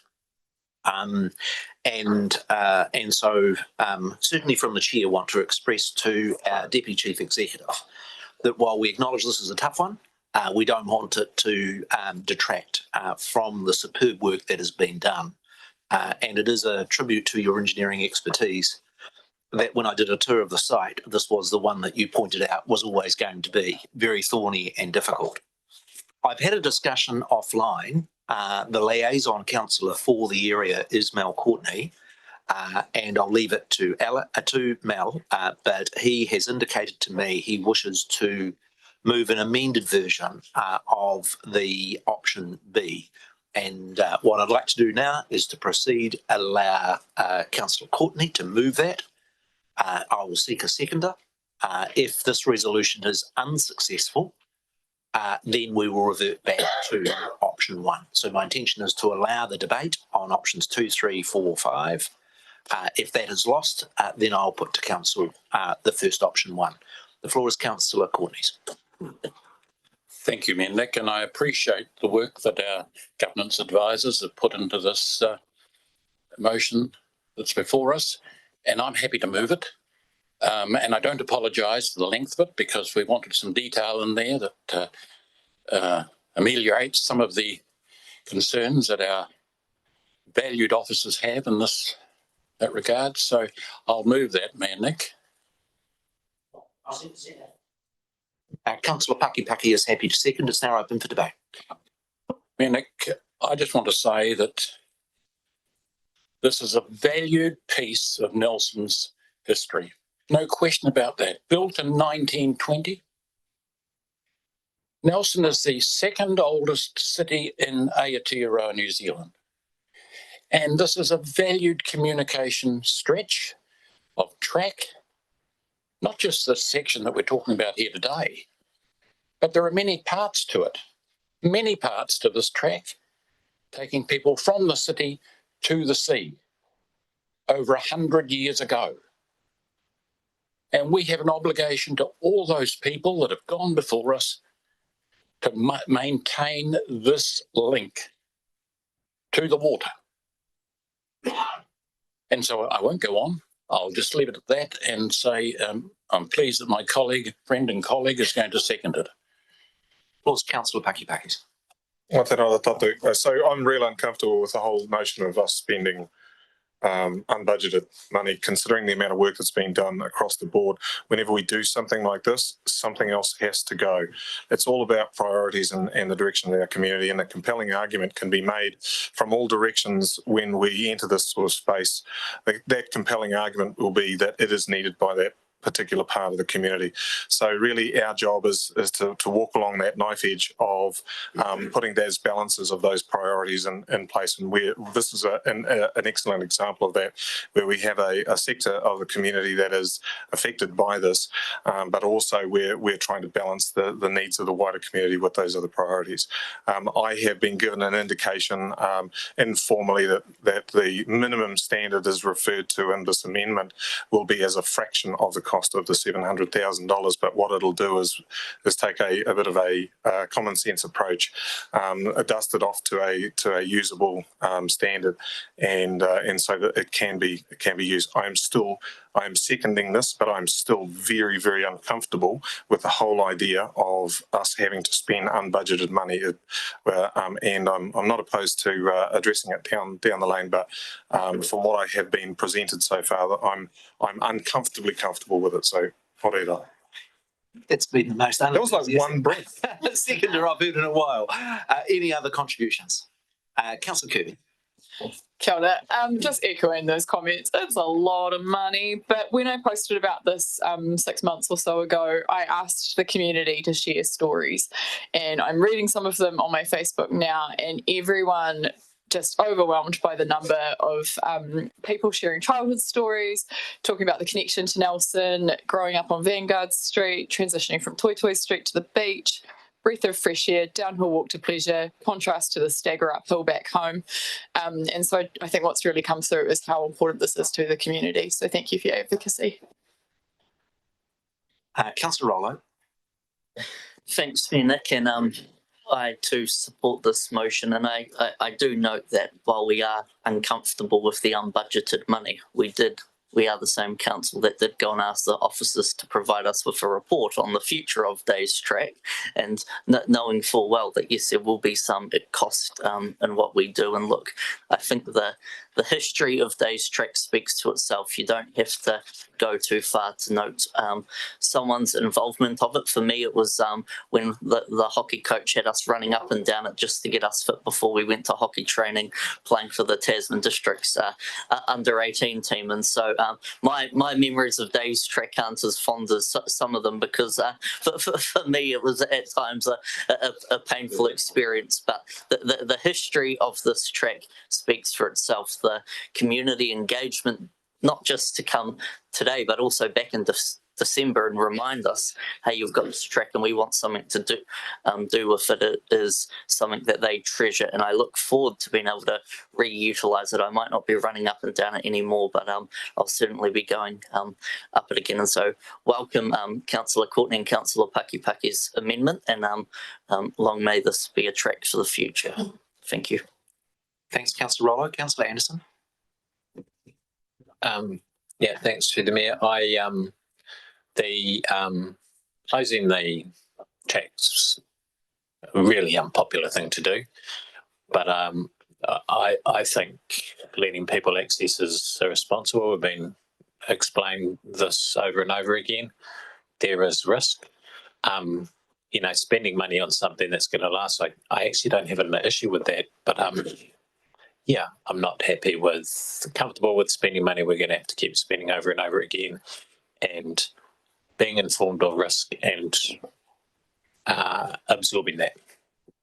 So I'm not supportive of the amendment. Thanks, Councillor Anderson. Councillor Stallard. Thanks, Mayor Nick. Appreciate people's efforts to move ahead with this. The amendment means we're voting on something that's reasonably different to what was proposed in the report, and I don't think we really understand what that means. I think a lot of questions were raised by the community group that we would be well advised to consider. My preference going forward would be for this to lie on the table today, to have a workshop, and if possible consider it at the next meeting, where we have a bit more information about what the minimum standard might be and other options, including coming up slightly southwest of the existing track through above 12 Grenville, and the timeline for that and the cost and so on. Because just looking at the aerial photographs with the vegetation, it seems that the area where the track is currently fails with every major storm event. The north and south of that, if the vegetation is still there, perhaps that hasn't failed, and we're simply rebuilding on the area that's guaranteed to fail in any moderate to major storm event.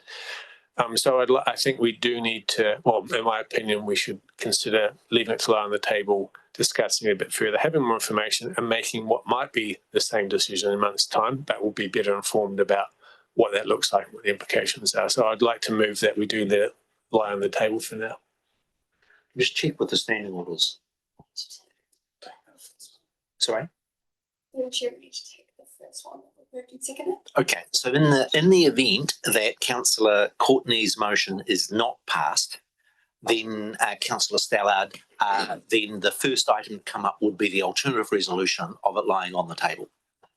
So if you hold a view that you would prefer the matter lied on the table, then your proper action as a councillor would be to vote against the resolution, and I will then put that resolution ahead of the alternative resolution addressed as number 1. Other contributions? The Deputy Mayor. Thank you, Mayor Nick. I wouldn't support what Councillor Stallard is suggesting, because I do think we need to get on with it. It's a pragmatic solution that this amendment puts forward, and obviously will meet with some favour from the local residents, which is good. And might I consider that we could increase the happiness of the local residents and find $70,000 put towards us by not removing the speed bumps on adjacent roads.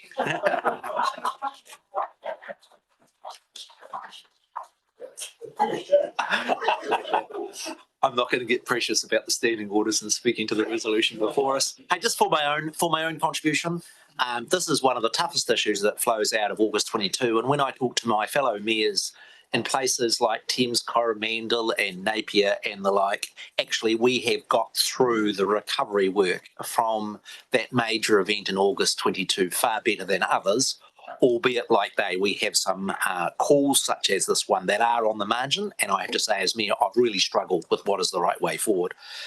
The first thing is I acknowledge the advocacy of the community. You've had a track that's been in place since the 1920s. It is precious if you live in those areas. We're a city that likes to be a friendly place for people walking and biking. And the great difficulty for us is that if this small section is not accessible, then effectively the whole day's track, and that is a factor. I think the advice is absolutely correct that there is no practical engineering solution that will result in a permanent access way, and that in making this decision we are acknowledging that in future events, and we never know when they're going to be, it might be next year, it might be lucky, and we have another 25 years before we have an event of that scale, then we are accepting there will be significant costs associated with the reinstatement of it.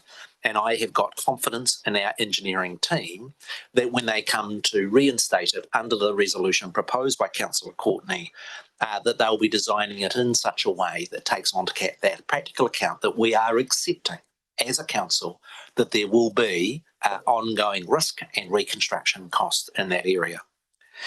There is no decisions that council gets to make that have zero risk.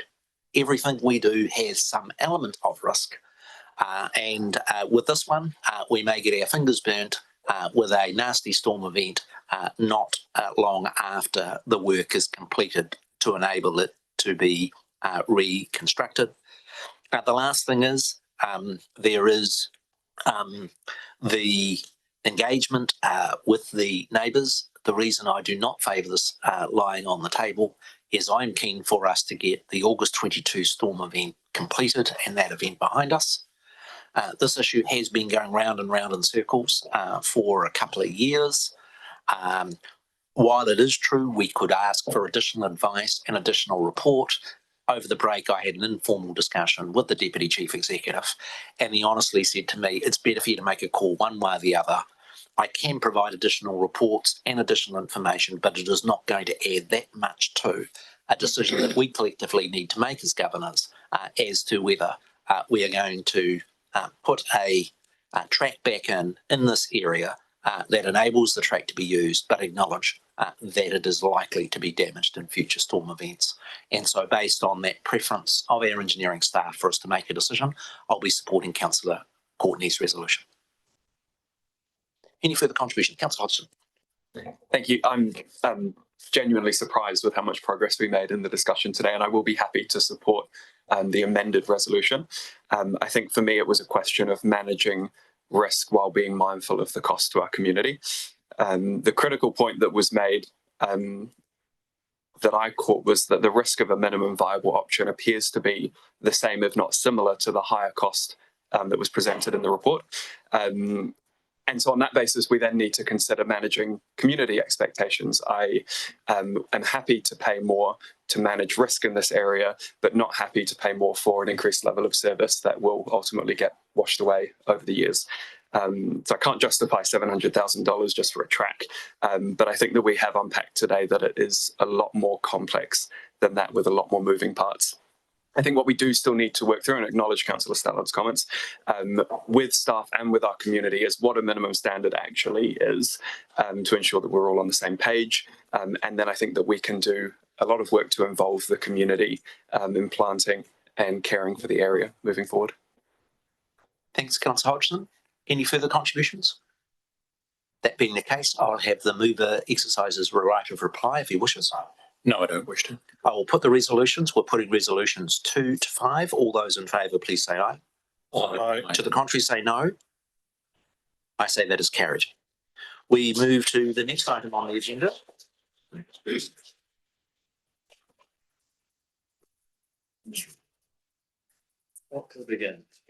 And we have the confirmation of the minutes of the 2nd of July. I'm going to move their adoption from the chair. Is there a seconder? Thank you, Councillor Skeggs. Is there any concerns with respect to those minutes? That being the case, I shall put those. All those in favour, please say aye. Aye. To the contrary, say no. We come to item number 6 with respect to the Nelson Festivals Trust and invite them to come forward with their strategic presentation for council.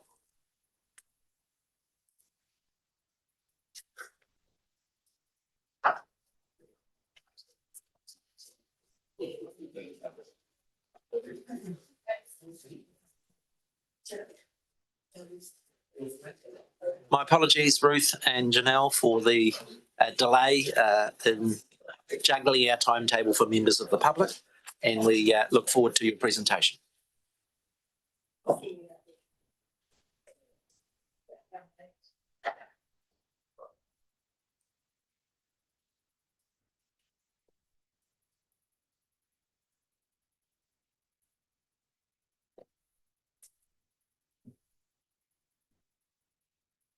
Tēnā koumenik, tēnā koutou, ka nui te mihi ki a koutou e huanei, nau mai haere mai, nau mai hoki mai ki te kōrero o Nelson Arts Festival, ko Ruth Robakaho.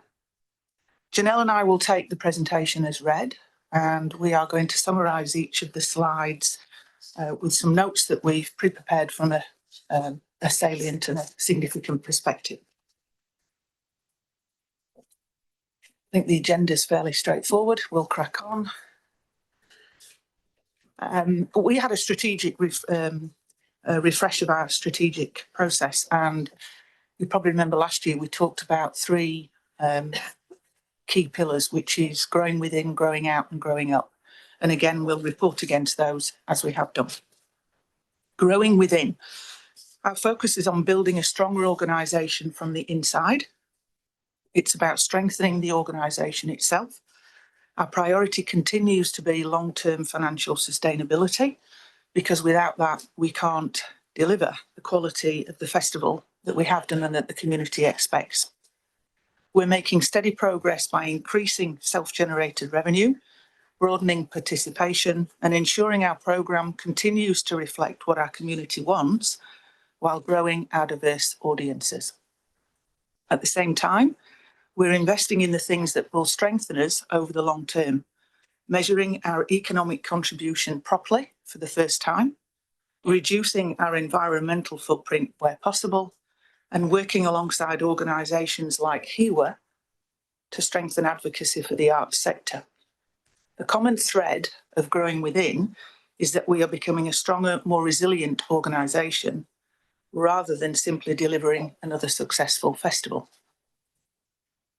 From a growing out perspective, we see this as expanding our reach, our influence and some commercial opportunities, and extending our impact beyond the festival.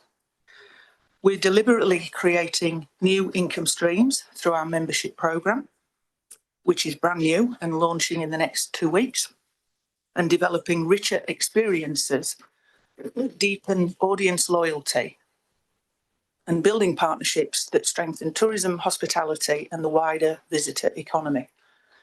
We're also seeing encouraging commercial results, with some sponsorship streams increasing by 20%, while continuing to attract new revenue, such as the government investment for projects that we consider have long-term value. The one area that remains a significant concern for us is Creative New Zealand's changing investment model. That uncertainty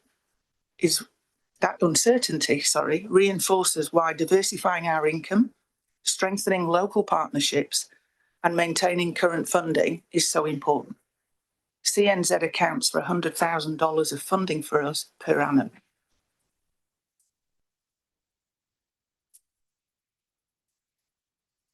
Now, growing up is about the maturity of the organisation. It's about evolution and long-term planning.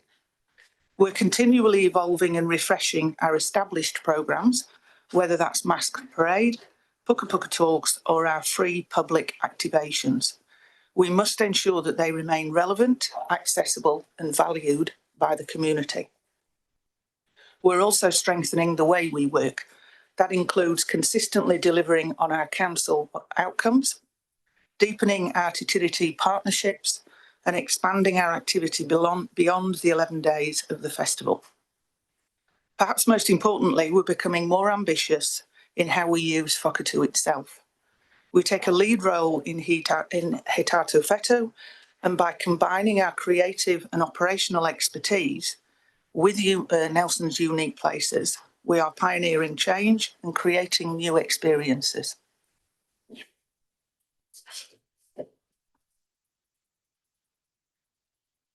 I'm hoping that people have seen Machine de Cirque, which is our event at the Trafalgar Centre on sale. Janelle's going to talk more about that.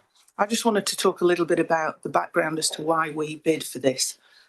We saw this, I guess the long-term objectives were at the core of this application. There were 11 local applications to Events Boost Fund and hundreds nationally. We were one of 2 successful recipients in Whakatū to secure Events Boost funding. We received 150,000, which is tagged towards the signature event, which is Machine de Cirque. Importantly, it recognised the strength of our national reputation. Our strategy was very clear.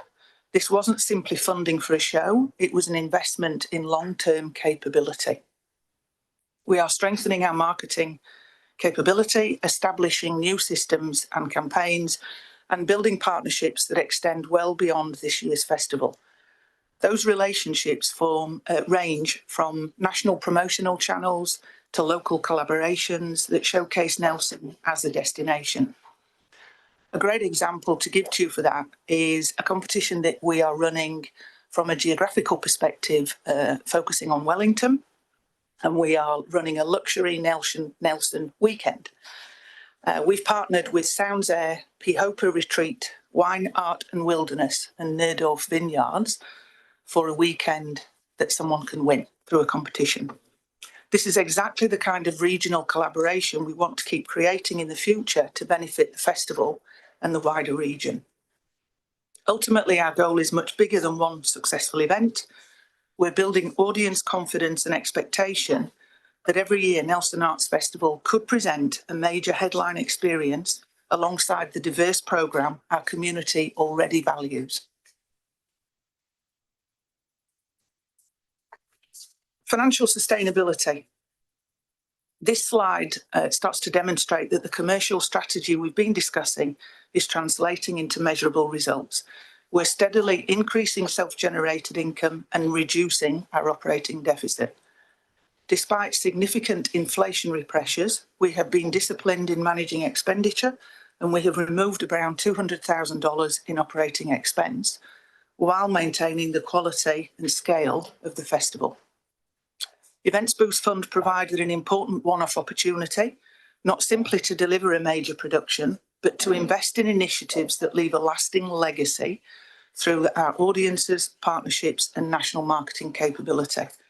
The production of such a large event is still a relevant factor. While we've reduced operating losses, the broader funding environment remains challenging.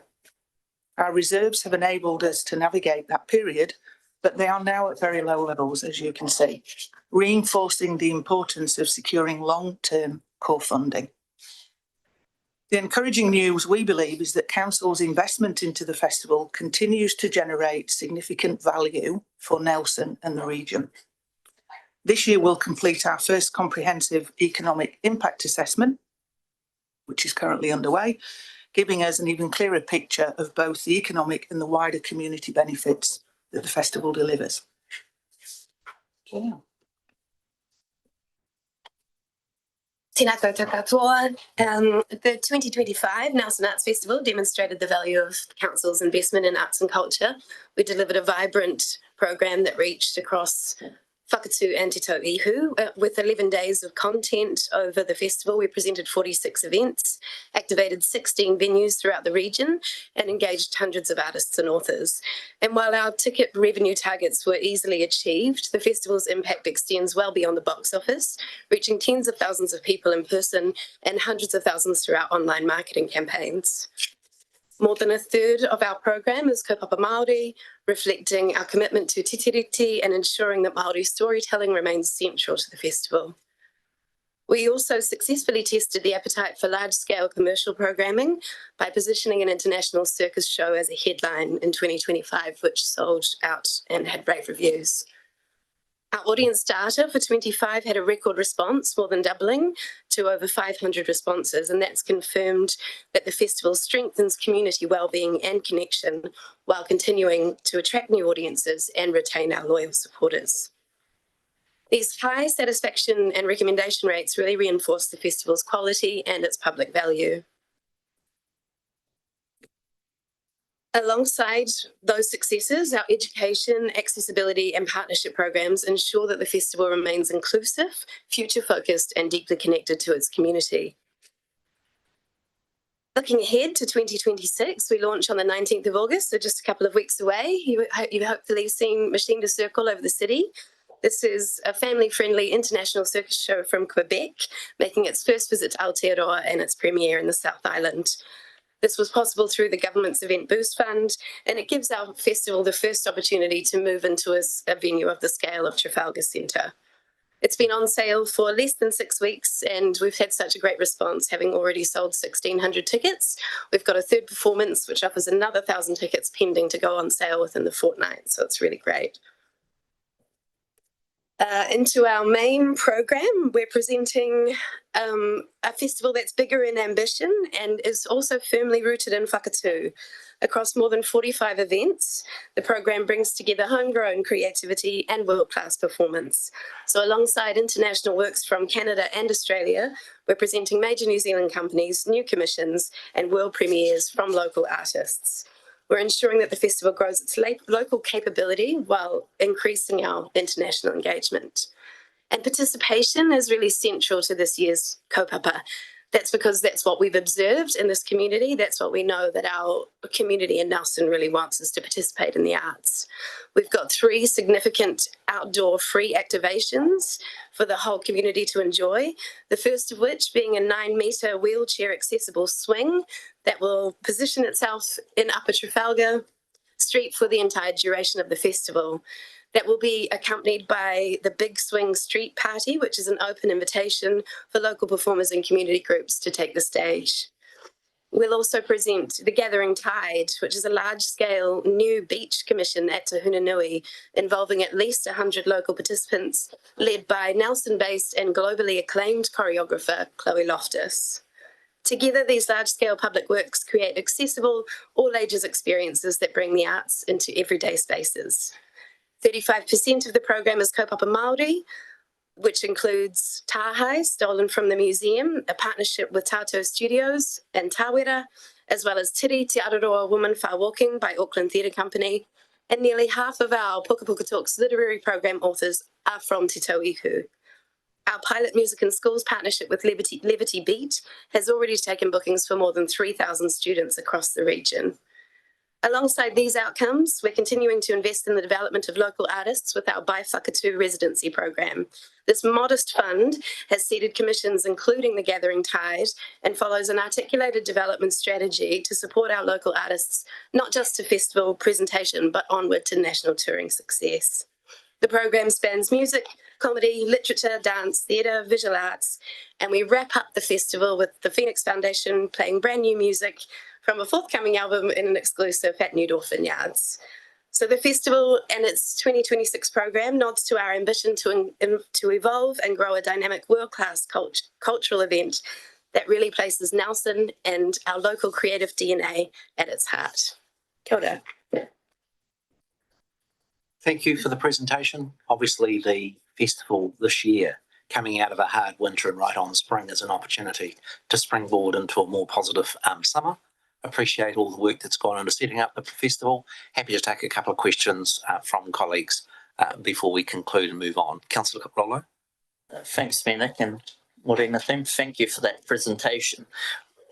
Great news about the show at Trafalgar Centre. It's we often hear the fact that Trafalgar Centre sits there empty, so it's great that we're going to have an extra show there, which will mean another day that it's utilised. I just want to kind of get out from the announcement of the events fund that the government's providing. Is that just for this particular year, 2026? And is there any potential that that funding may be long term as well? Noting we've obviously got an election as soon as the show finishes. What does that kind of look like moving forward? Yeah, thank you. Through the chair, thanks, Councillor Rollo. It's a one-off. It was a contestable funding. It's through MB. MB put out last year in September $10 million of contestable funding as a one-off for an event. We were one of the few arts organisations that applied, and we did so on the basis that we wanted to bring something exclusive and large into Nelson.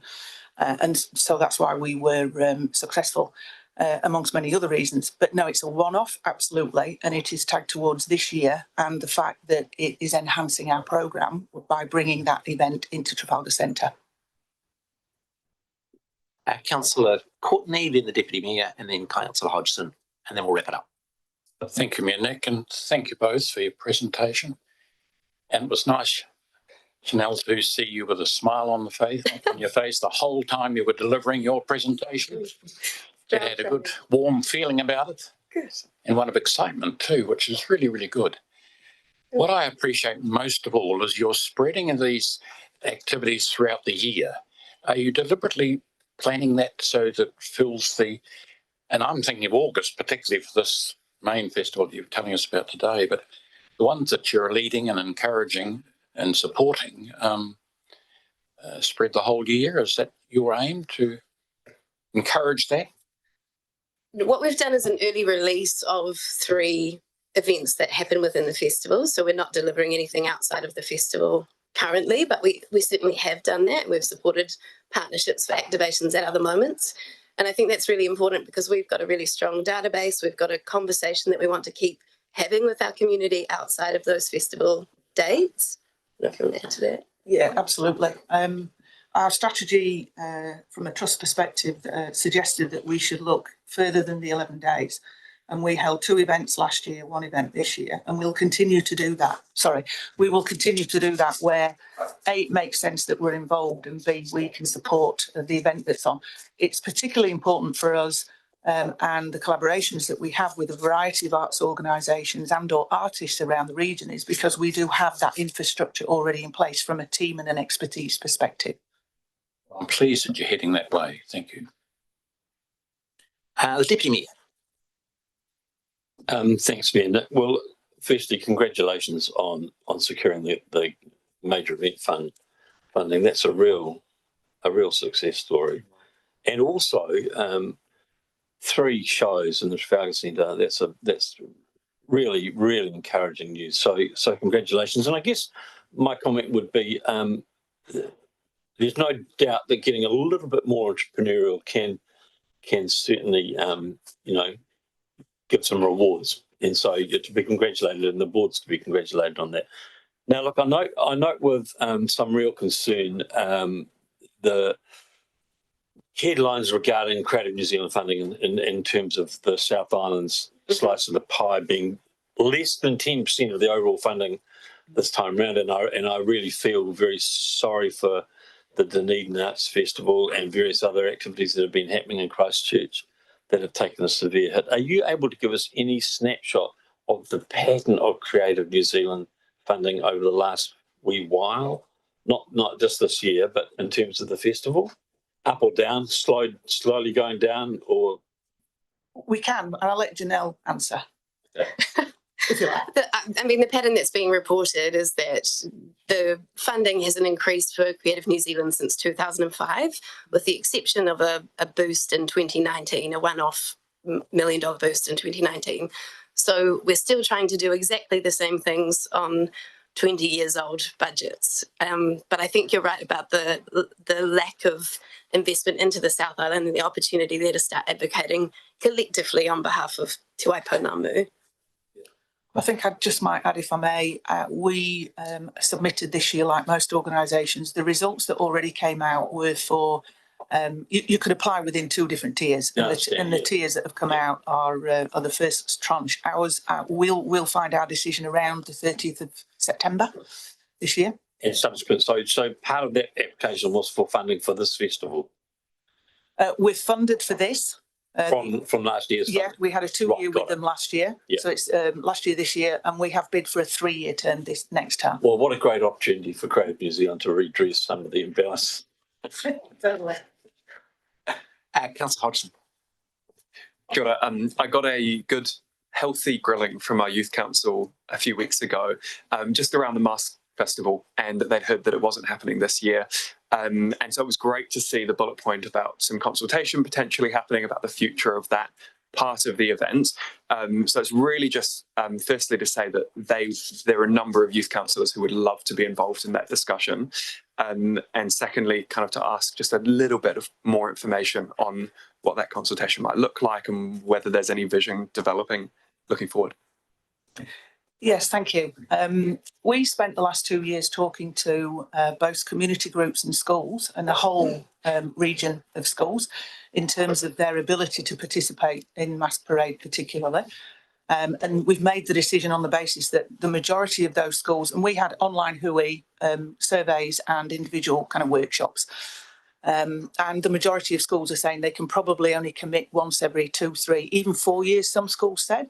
That comes down to both resourcing. We all know around the resourcing issue, but there is also a flip side to that in terms of the health and safety requirements that schools now have to be able to take children out of the class or even the school environment and take them elsewhere, mixing with the public. So there's just kind of prohibitive measures around them being able to be involved more than that. Going forwards, we'll do the same thing. So we'll talk with schools and we'll look at online hui and or workshops and individual conversations. So love Youth Council to be involved in that. Councillor Paki, last question. Am I the last one? You're the last Yay. One. I guess, involved. I've seen very firsthand the amount of work that's going in behind the scenes to put a lot of these things together. Really proud to be part of with putting tahai out there. For anyone who doesn't know, tahai is the word for stolen. So we're stolen from the museum as the exhibition. I hope that will be contributing to this. In terms of the funding that's coming through with Creative, or rather not coming through, that change of funding, the outlook, does the outlook look good for us in this particular region? Because the dynamics changing in terms of how it's going to be distributed. Have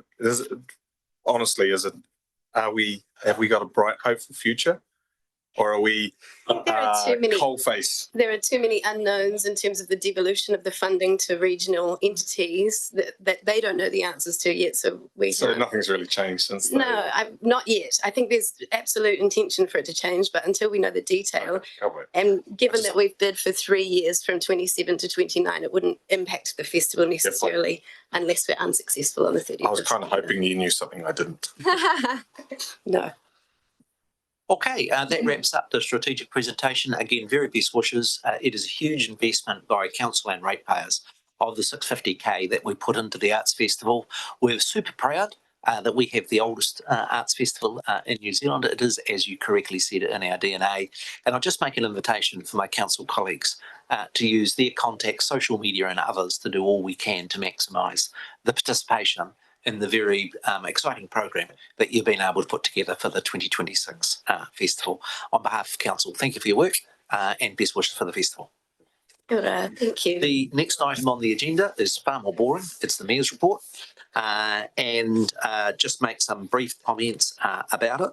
Just on the broader economic picture, some of you may not have picked up yesterday that we had the unemployment figures for New Zealand. What was really encouraging for me, just in that broader picture, was that our unemployment levels, unlike nationally, had gone up from 5.2 to 5.5. In the Nelson region, ours have gone back from 3.9 to 3.7. And it had been trending up. So there's sort of, and even amongst the business community, There's a wave of confidence heading from the south where things are really starting to rock and roll in areas like Southland, Queenstown and Christchurch. And I'm hoping it's contagious and means that we're not going to be as economically tight. And so I do welcome the fact that our unemployment is going in the opposite direction to what is occurring nationally and is a good third less than what the national average is. And that is surprising, given the major redundancies and closures that we've had over the last 12 months. I want to acknowledge the work, and particularly the work of our Chief Executive. Counts having a Navy man. Defence expenditure is one of the few areas that governments, not just in New Zealand, but around the world, are having to increase with the world being more unstable. And I love the work that is going on by our Economic Development Agency, supported by our Chief Executive, and with key commercial partners in trying to persuade government to have an element. The opportunity is that there is a major upgrade of Devonport, and during that interim period, and with naval upgrades they can take a long time, there is an opportunity for us to expand, and wish Nigel, or the Chief Executive, and the team that is working on that all the very best in seeing where we can secure opportunities. The issues with Air New Zealand continue to remain significant for our region. Myself and the Chief Executive both met with the new Chief Executive Air New Zealand when he was in Nelson. And the key emphasis I had for him was restoration of our flight capacity in and out of Nelson to Auckland, Wellington and Christchurch for the summer season. I was quite encouraged by his response to my questions in that regard, and are hopeful that we will see those services returned. The massive item for us collectively, both staff and councillors, is around the public consultation that has been launched on the Civic House and Library. I'm encouraged by how that work is going. I appreciate the commitment of elected colleagues to be joining me at the market to encourage Nelsonians to engage on the issue, and look forward with the Deputy Mayor with the public meeting that we've got next Wednesday to be able to have that engagement. The last issue is the Local Government New Zealand conference, or AGM I should say. LGNZ made a decision to split their AGM and defer their conference to October. And I had a Network Tasman annual general meeting, and so was not able to attend. I really want to acknowledge Councillor Trudy Brand. At very short notice, she was able to step in for Councillor Tim Skinner. And I was just going to ask, because my report was written before the AGM last Friday, just to get Councillor Brand to make a few comments about the annual general meeting of LGNZ. Thank you, through the Mayor. So yeah, I joined it by Zoom, and I felt it was a very constructive session. LGNZ has publicly confirmed that all the 9 remits were passed, and they've highlighted 3 of them in particular. In the agenda, you'll see how we prioritised the list, and the reason why they did that is because they had an inkling that all of them would pass. Remit 3 focused on the transition of funding to help councils manage the cost of government-driven reforms. Remit 8 looks at improving the long-term plan audit requirements so they're more proportionate and less duplicative.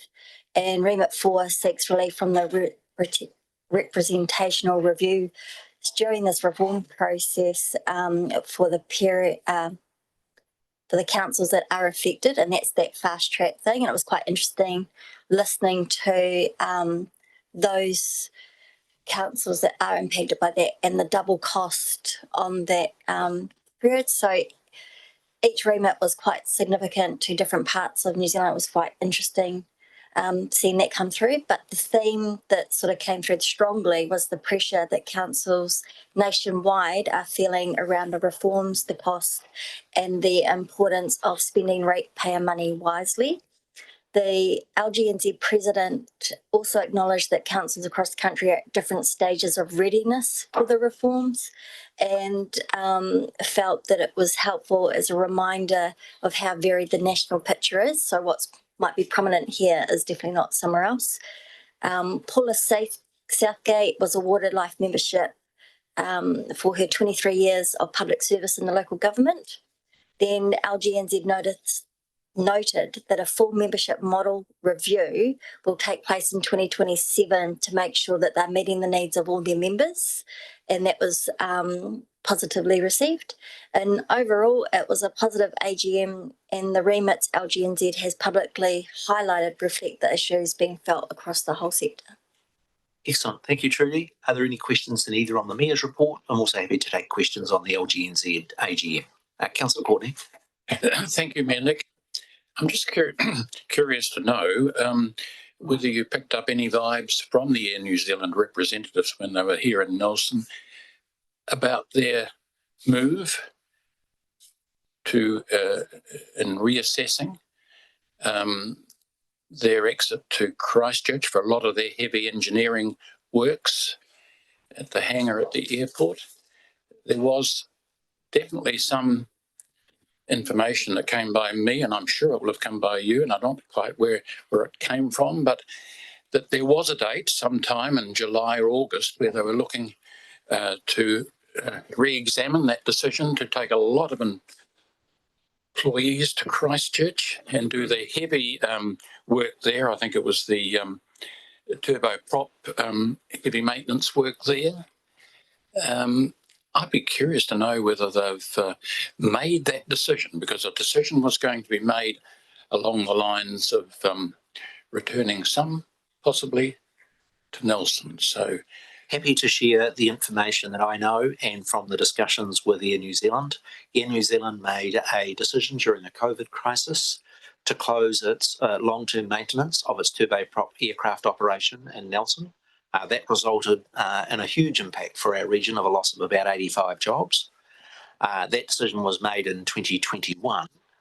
I have had a number of people saying to me who are in the aviation industry that was a strategic mistake, and that some of the issues that they have had with maintenance of their turbo fleet, that the savings that they expected to make from that were not as great, and that some of the reliability issues were related to that decision. I put to the Chief Executive those arguments, and was there any prospect of returning the engineering base? And the response was, I think that boat's passed. And so I am not optimistic. We also need to be realistic. Air New Zealand has just posted a loss of over $350 million.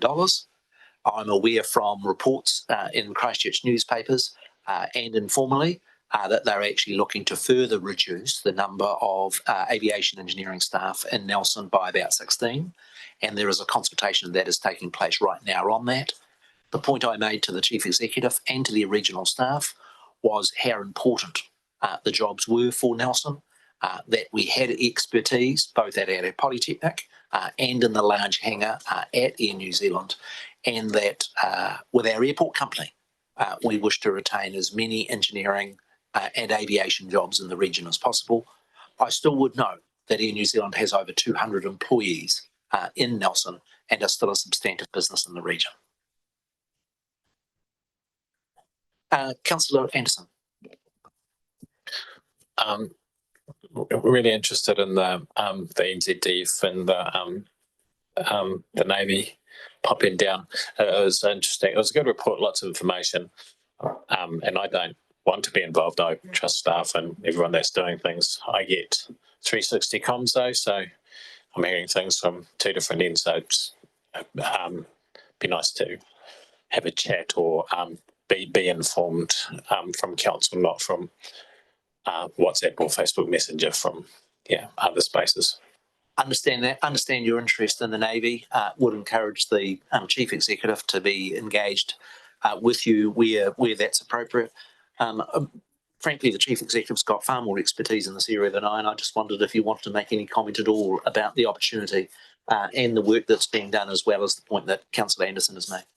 I think it's an outstanding opportunity for this region, and Mayor Tim was saying that he'd give up any government funding that we've had over the last 10 years if we could get this off the ground. It's not only as a temporary opportunity as they closed Devonport for 10 years to support the Navy, but actually it's a long-term bid to be a central North Island, South Island base for particularly for remote vehicles. And so look, the inshore patrol vessels could be supported here. There's lots of opportunity for a central basing for the military here. The Defence Force are going ahead with their relocating their forward operating base. They've got to do that before 2029. So I'm assured that that's going to happen, which is great for this region. But to work with the Navy, not only for that short-term need for Devonport, we're not going to take it from Devonport. We shouldn't even bid for that, but we should support to be a partner with the Navy. And I was delighted that the minister came down as a result of the work that we've done in that space. I think he came down because I think he's serious about taking up the opportunity, and we've worked very carefully with the senior leaders in defence and I want to commend the port and all the other partners involved in the documentation that you saw for their work at putting together a really coherent shovel-ready bid to take on this work. So I'm quite confident that we should move this forward. Thank you. Any other questions on the Mayor's report? That being the case, I'll move the simple resolution around acknowledging that public-private work with respect to that Defence and Navy opportunity. Someone happy to second? Thanks, Councillor Hodgson. All those in favour, please say aye. To the contrary, say no. We come to item 7.2 on the agenda with respect to the ongoing work with the long-term plan. Welcome, Lou, to the table to present the report.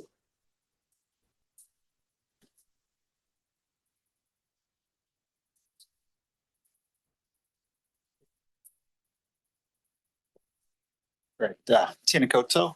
I've got a brief introduction, then happy to take questions. So the process decision today is the approval of the draft community outcomes to inform our LTP process. It's a further milestone in setting out elected members' strategic direction to council, and complements the draft vision and strategic priorities that were approved in May. In terms of some context, community outcomes are broad long-term outcomes that for the region that council is working towards achieving. They're also a legislative requirement in local government long-term planning. In terms of our council strategic direction discussions, they began earlier this year in workshops in February and March, where collective views of elected members were sought. Based on your feedback, the existing community outcomes have been consolidated to an updated set of 6, and that's outlined in table 1 of the report.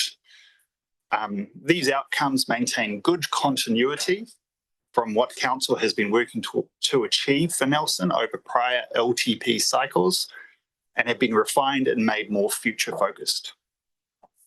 Looking ahead, approval today will provide clear guidance to staff where the draft outcomes will be incorporated into the broader LTP process.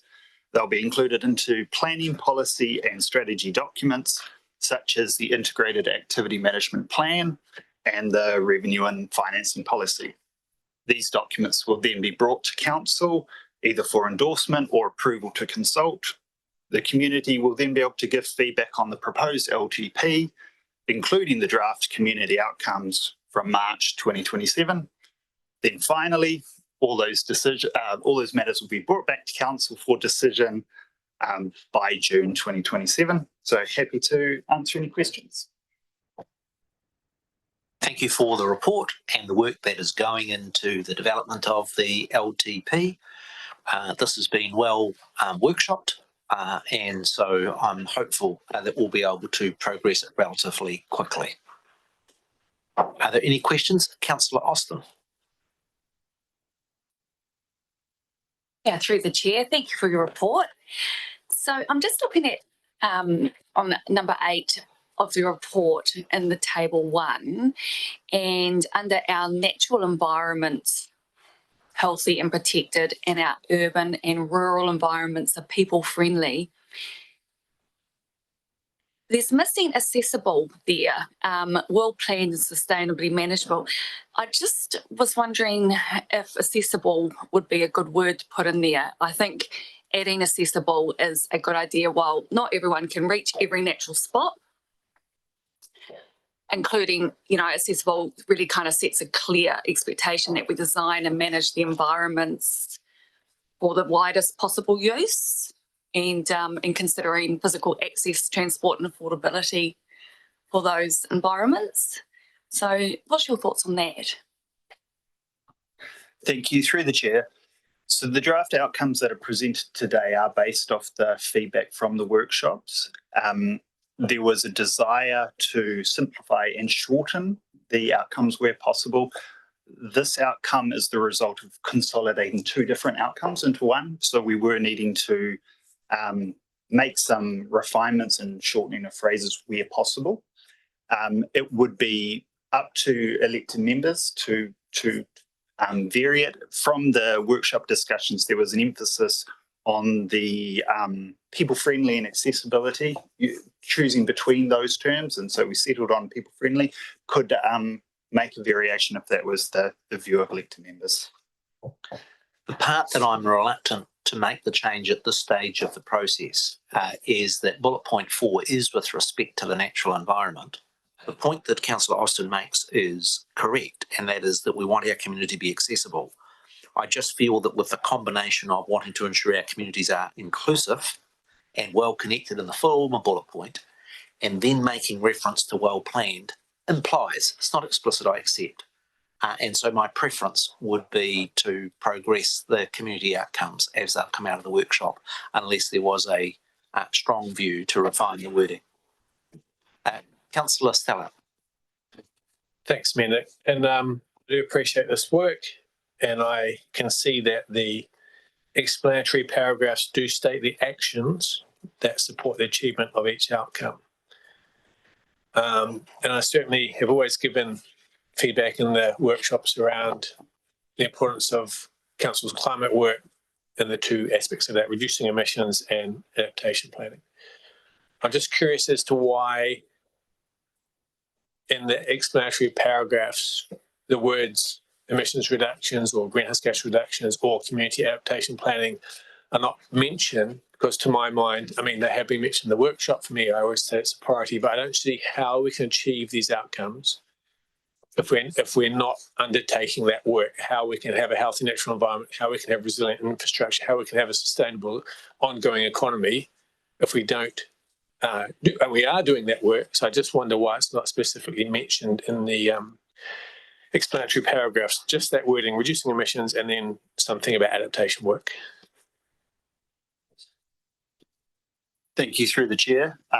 I can start and maybe explain some of the process, and then I might defer to other colleagues as well. In terms of the steps we took, we followed the workshop, gained the feedback from elected members, and in terms of setting the strategic direction and what the community outcomes elected members were wanting us to bring back to council. In terms of the explanatory paragraphs, that was then run through a staff process and a review of the old explanatory paragraphs, updating based on new planning documents, review by SMEs and management. So I won't be able to speak specifically to why those phrases were added or not added to that environment paragraph.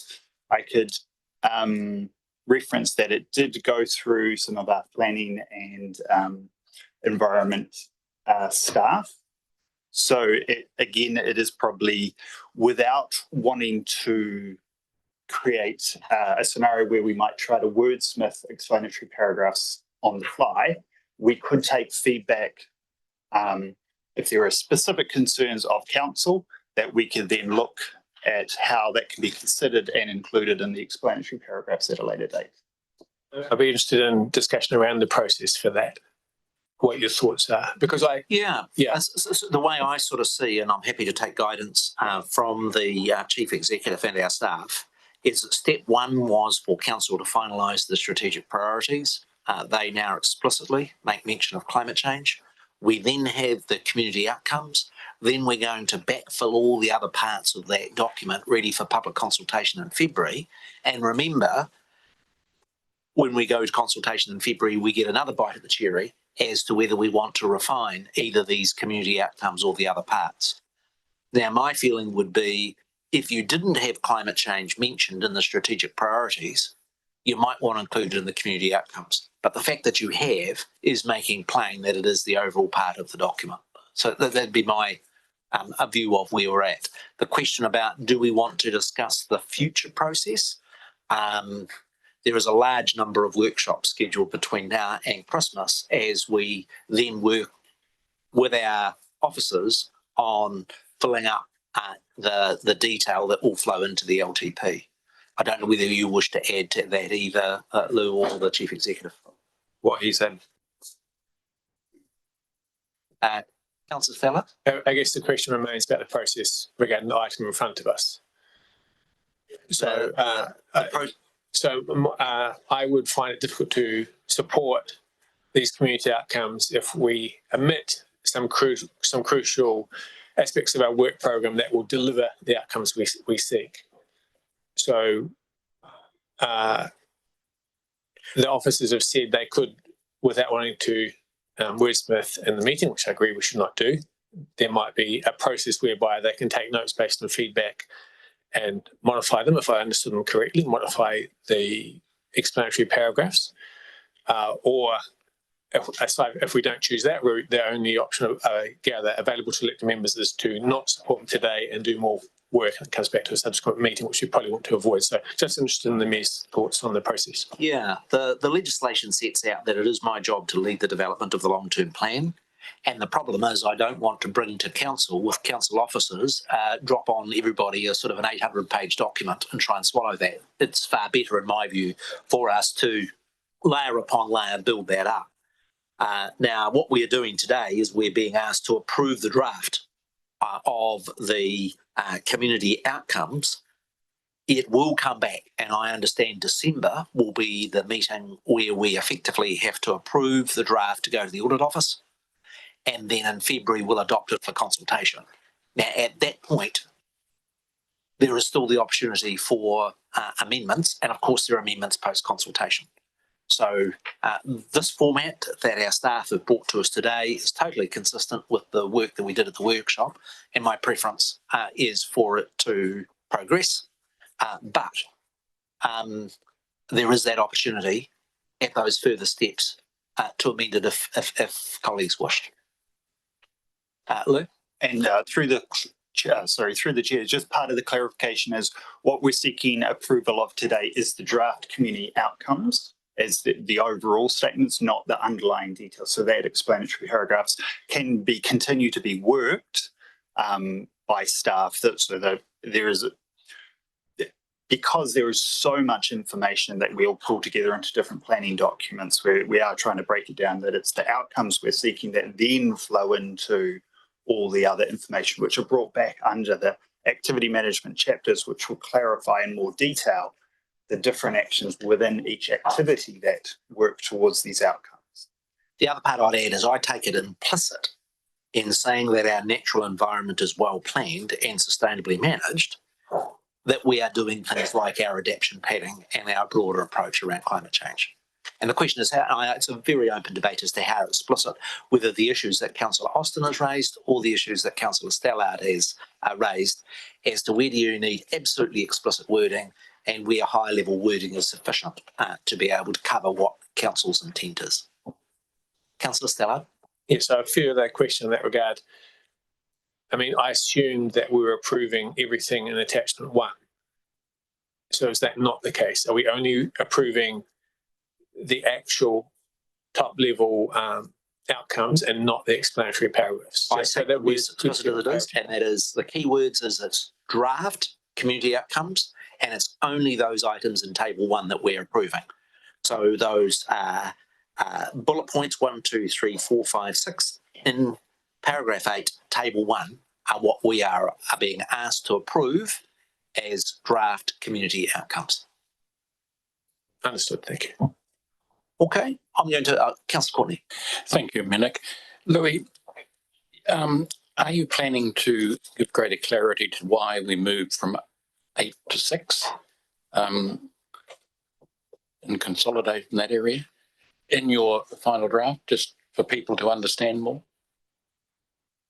Thank you. Through the chair, as part of the supporting information to the consultation, and as part of the consultation document, we can consider some of those points, and it would be part of framing up the elected members' strategic direction, draft strategic direction for the long-term plan. So that would be certainly a consideration, and taking your point, we can make sure we emphasise the rationale for consolidations. Thank you. I'm going to move from the chair that we approve the draft community outcomes. Councillor Hodgson is happy to second that. Thank you again for your work. It's a massive task, one of the bigger challenges we've got between now and Christmas for your ongoing work in this area. It's been moved and seconded. Happy to take a debate. Councillor Anderson. Just supporting Councillor Stella. That was the only issue. I didn't need to ask a question. He did. It does seem that we keep bringing it up in workshops and it keeps being absent from. We have to keep fighting to get it in. So I prefer it was more than implied sometimes. Thank you. Are there any other comments on the resolution we're considering? That being the case, I shall put it. All those in favour, please say aye. Aye. To the contrary, say no. That is carried. We come to the draft of the Reserves General Policy on page 53 of our agenda, and welcome Susan to the table to present on this.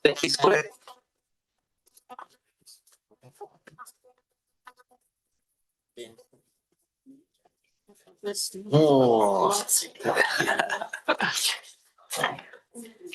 The additional pieces of paper that we've been provided with give us a guide as to how big and extensive our network of reserves are. We're over in your good hands and look forward to your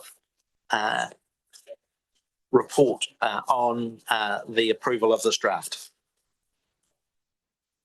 Tēnā koutou katoa. This report is the culmination of a huge amount of work by both Carol Stewart from the Reserves team and me, assisted by a range of others throughout the organisation. When complete, the Reserves General Policies will streamline the management and planning for all of Council's reserves. This report seeks your approval to undertake public consultation on the draft policies. Elected members asked it as at a workshop to be provided with maps of the reserves. These are now being handed out to you, or have just been handed out to you. I will take this report as read, and we are happy to answer any questions that elected members may have. Thank you. We had a substantive workshop on the draft reserves. We're not being asked to adopt it today. We're being asked to approve it for public consultation. I'm feeling a bit sorry for the public wading their way through the complex network of reserves and the policy that is being developed, but it is just the nature of the beast. First question is with Councillor Roller. Thanks, Mayor Nick, and thank you, team. It was a nice report to read. I really enjoyed it. The question that I had was regarding, and I can't find the item, sorry, but regarding the current buildings that are, well, the change of direction that buildings on council land would now be owned by the user as opposed to the council, and whether you were able to share some more information. Firstly, will this impact current buildings that are there, or just buildings that are to come in the future, and the rationale for going into this change of direction? I'll start off by saying that the policy is to apply to future situations, or potentially when a building may change ownership or use. That's for the potential. As to why the change in policy was made, it was made as a directive from our executive leadership team. My understanding was that the reason for it was to, because of the cost associated with the ongoing maintenance and renewal of buildings that are on the reserve, to try and make sure that that cost didn't fall back on council. But yeah, I'm not sure if Carl has anything else to add on that, or whether the Chief Executive or any of the ELT might wish to answer that question. Thank you. Councillor Brand.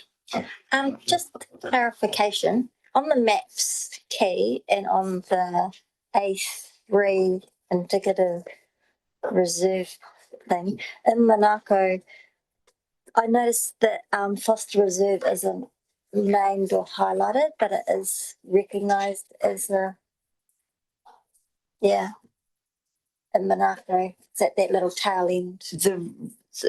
Through you, Mr. Chair, the reason why Foster Reserve isn't there is that we don't actually own it. It's owned by a trust. We do administer it, but we do, on behalf of them, but we do not own it. So we it do hasn't been listed because of that reason. Okay, but we are responsible for the maintenance and everything else on it, but we just don't own it. Yes, and we don't. We have an agreement with them to manage the reserve on their behalf. Yeah. Is that through the net? Is that common? Like, have we got other, like a number of those, or is that just anonymous? It is an anomaly. Okay, thank you. My question is around trying to work out the term reserve, what's in and what's out, because it is a pretty loose phrase. And I'm always worried with these generic policies where we are applying it to literally hundreds of reserves, that we end up tripping ourselves up with some of the things that we wish to do in the community interest. So can you please explain for me what makes a reserve come in within the bounds of the policy? I give you just a really big strategic example. I've always heard the substantive land at Nelson Airport, on which our $110 million airport functions, as reserve. Now, it's reserve, but it's quite clearly for the function of running an airport. And I just asked that question about the airport reserve as to get a clear idea of what reserves are in and what reserves are not by the general policy.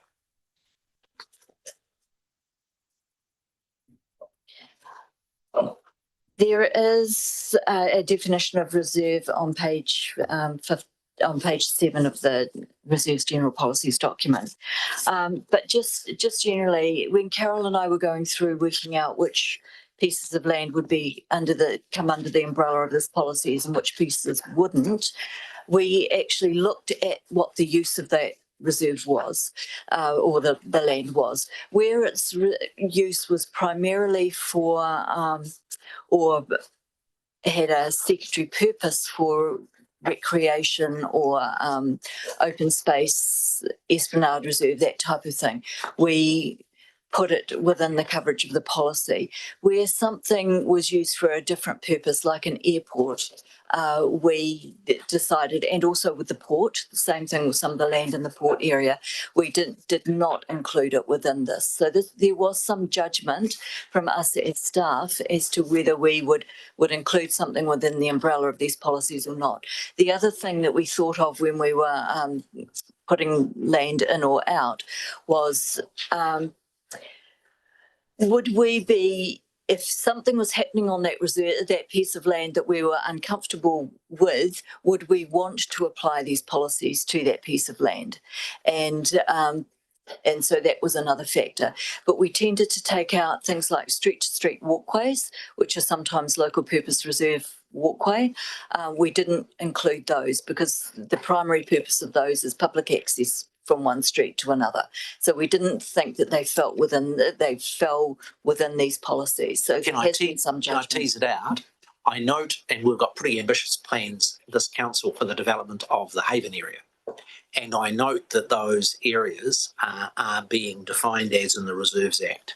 Have we checked to make sure that the sort of enhancement and development plans that we have for that waterfront area are not going to be handicapped or trip us up in respect of that waterfront development area?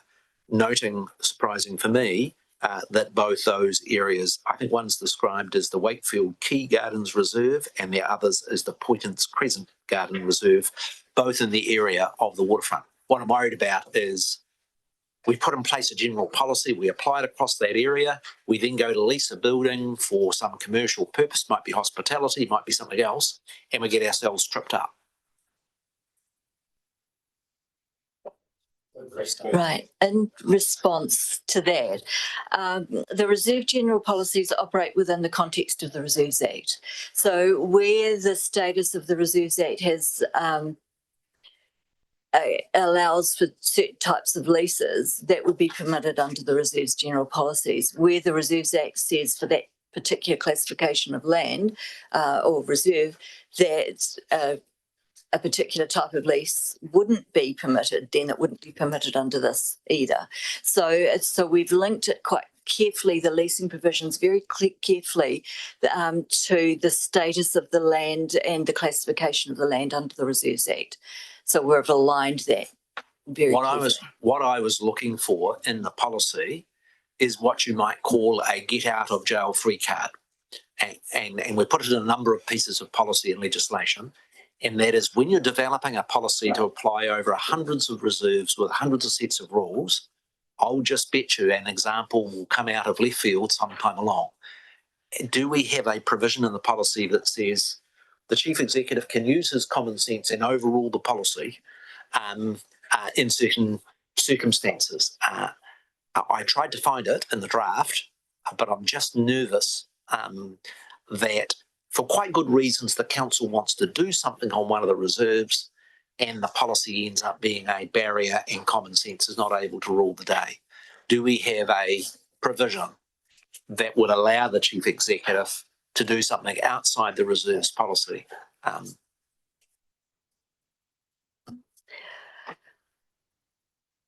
So while we may be able to make decisions that are inconsistent with this policy, and you can, because there's provisions within the Local Government Act that, under Section 80 that allows you to make a decision that's inconsistent with a policy. So there is that ability.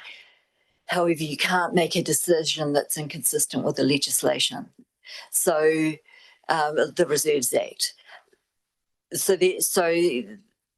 In answer to your question about whether you can make a decision that's inconsistent with this policy, yes, you can, provided it is not inconsistent with the legislation that applies at the time. And a lot of our land hasn't been classified as reserve under the Reserves Act, so the Local Government Act park provisions apply in that case. So it would either be the Reserves Act. So can I tease that out? Tahunanui Beach, one of our most important recreational areas, is not technically reserve, but it is going to be covered by this policy.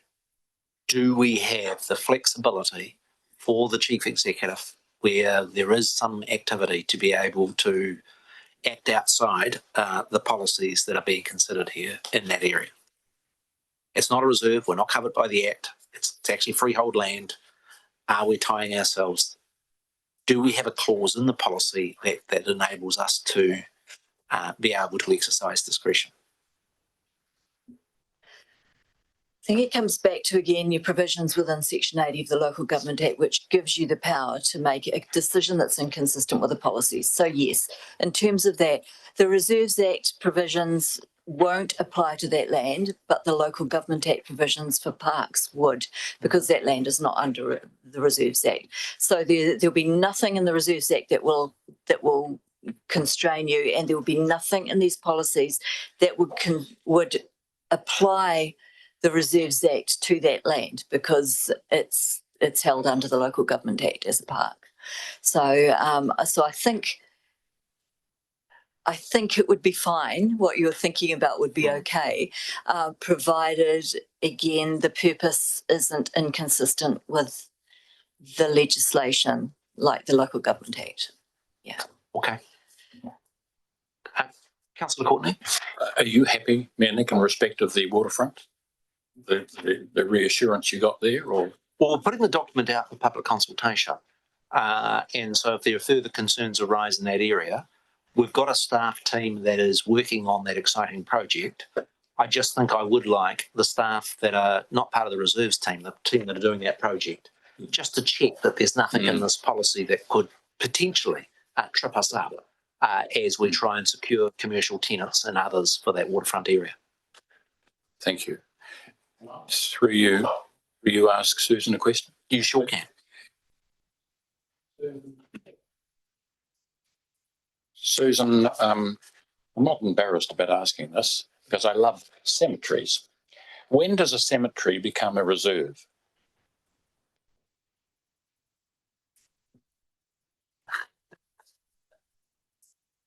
Most of our cemeteries are classified as local purpose cemetery reserve under the Reserves Act. So quite a few of them are. And it's it is a classification process that council can initiate. So if it's got land that it wants to become a cemetery, council can choose to hold it under the Reserves Act as a cemetery, or it could just hold it as freehold land as a cemetery. But a lot of our reserves are local purpose reserves for cemetery purposes. I have a follow-up, please. What about the Walk of the Walk cemetery? It doesn't take burials now, but it takes cremations. So just take me a minute to find it. Well, I can go on talking while you're doing that. It's wonderful up there to walk a dog. It's lovely to go up to the Walk of Walk cemetery and sit on a chair donated by one of the local Rotary clubs or Lions clubs and look out to the sea. It's a tranquil place. We have a group of about 7 men who care lovingly for the area, the graves, gravestones, all around there. And there's 2 women that also research up there, all the people, the amazing people that are buried up at the Walk of the Walk cemetery. Absolutely amazing people that have brought this city through to where it is today. You've got enough time now? If you carry on, I could probably answer your question if you want to finish that one. Yeah. Have a crack at answering the question, and what we can do is also take another question from a colleague if we need a bit more time for Susan. Happy to hear you. What you've got to say, Carl.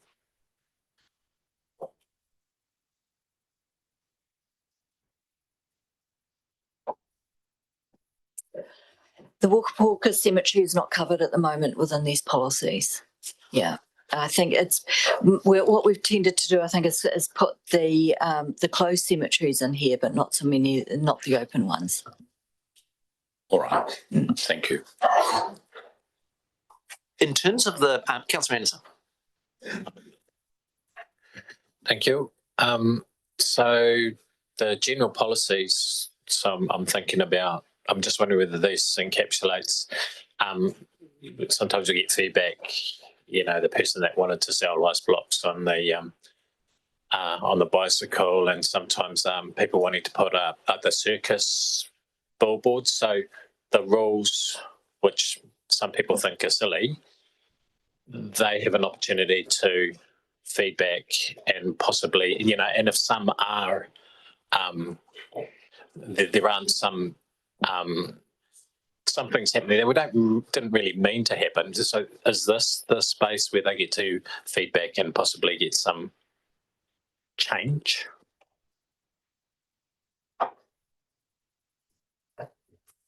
Through you, Mr. Chair. The signage policies are in the Reserves General Policy, so they will have the opportunity to comment on them. However, the Nelson Resource Management Plan also governs signs. So it depends whether their issue is with something that's in the Nelson Resource Management Plan. If there are issues with that, then we can't amend the Nelson Resource Management Plan through consultation on this Reserves General Policies. That would be a separate process. It's quite I had to go through. It was really interesting and a lot of information there.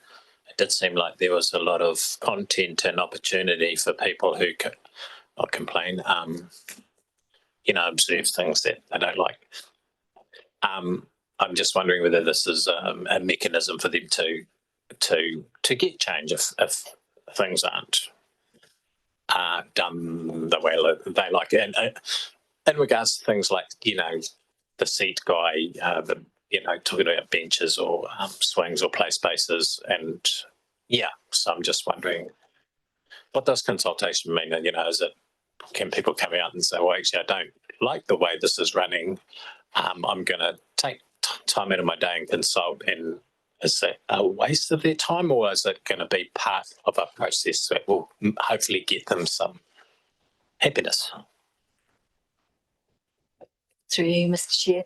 The policies are very much in a draft form, and we would like feedback. When we did some of the early engagement prior to forming the draft policies, the feedback we got was really helpful, and Carol and I both feel that the draft is now in a far better position because of the feedback we got earlier on in the process with that early engagement. So, and we're hoping that through this process now of full wider public consultation, we'll be able to get a lot more feedback and make the changes to ensure that we've got this right for the community going forward.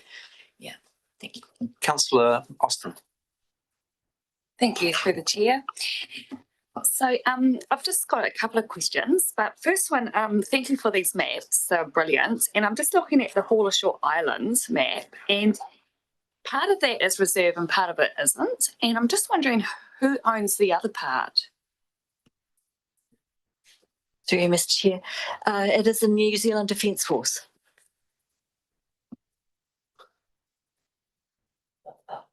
You're an encyclopedia that you can provide that information. I'm impressed. Let's put a cannon on it. Yeah, that's right. Keep testing it. No, I'm just, when you've got 250 reserves that someone can give an instant answer on the tens of thousands of titles in the town. Anyway, Councillor Austin.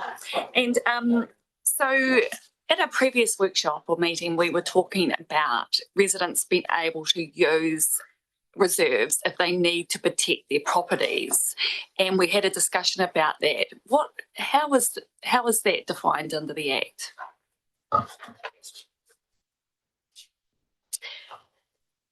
This is for things like retaining walls or erosion control structures and that type of thing. That's what you're. Yes, that's right. That's what we were talking about. Yes. Well, the biggest issue that we have is that council cannot contract out of liability and responsibility for anything that may happen or go wrong with that. So the policy doesn't explicitly provide for somebody to build a protection structure on council reserve that would protect private land. That is not specifically provided in the documents. We've got, if you look at Tasman District Council has prepared a policy for protection structures on its private land. This is the size of that document. It's an extremely complex issue to enable somebody to build a private structure on public reserve, and it does mean that that council has to retain the responsibility and liability for that, and that was something that we didn't feel we were in a position to incorporate into the policies at this point in time. And if council did want to pursue something like this, we would recommend that you do it as a separate policy, and it would be done for all council land, not just reserves, because the other area that is often requested for structures to go on it is unformed legal road. Yeah. I think the Councillor Austin is just wanting to make sure we've got some pragmatism there, so that there are sometimes practical circumstances when somebody does need to erect a structure, a retaining wall, or other piece of infrastructure on reserve land. And making sure the reserves policy. Now, I had a careful look at the changes you've made of that area, and I think we've got it better, but it will always be complicated. My feeling of council is we were still wanting to be a bit pragmatic in that area for people's circumstance. Councillor Courtney. Thank you, Mayor Nick. Susan, cemeteries. Where is, and I love cemeteries, I love history, where is the Black Horse Cemetery? DA. If you go to map, I think it's H10, it is on map H10. If I've remembered that correctly, it should be the last map. No, I've got it wrong. It's not there, it's on the way out there, Black Horse Cemetery. It's a rise. I'm assuming there's a black horse buried there. You're not being flippant, Mayor Nick, are you? Me neither. On a serious subject like this? D8. Yes, it's in D8. D8. Yeah, map D8. So it's not far from the Walker sand flats, but on the landward side of the main road.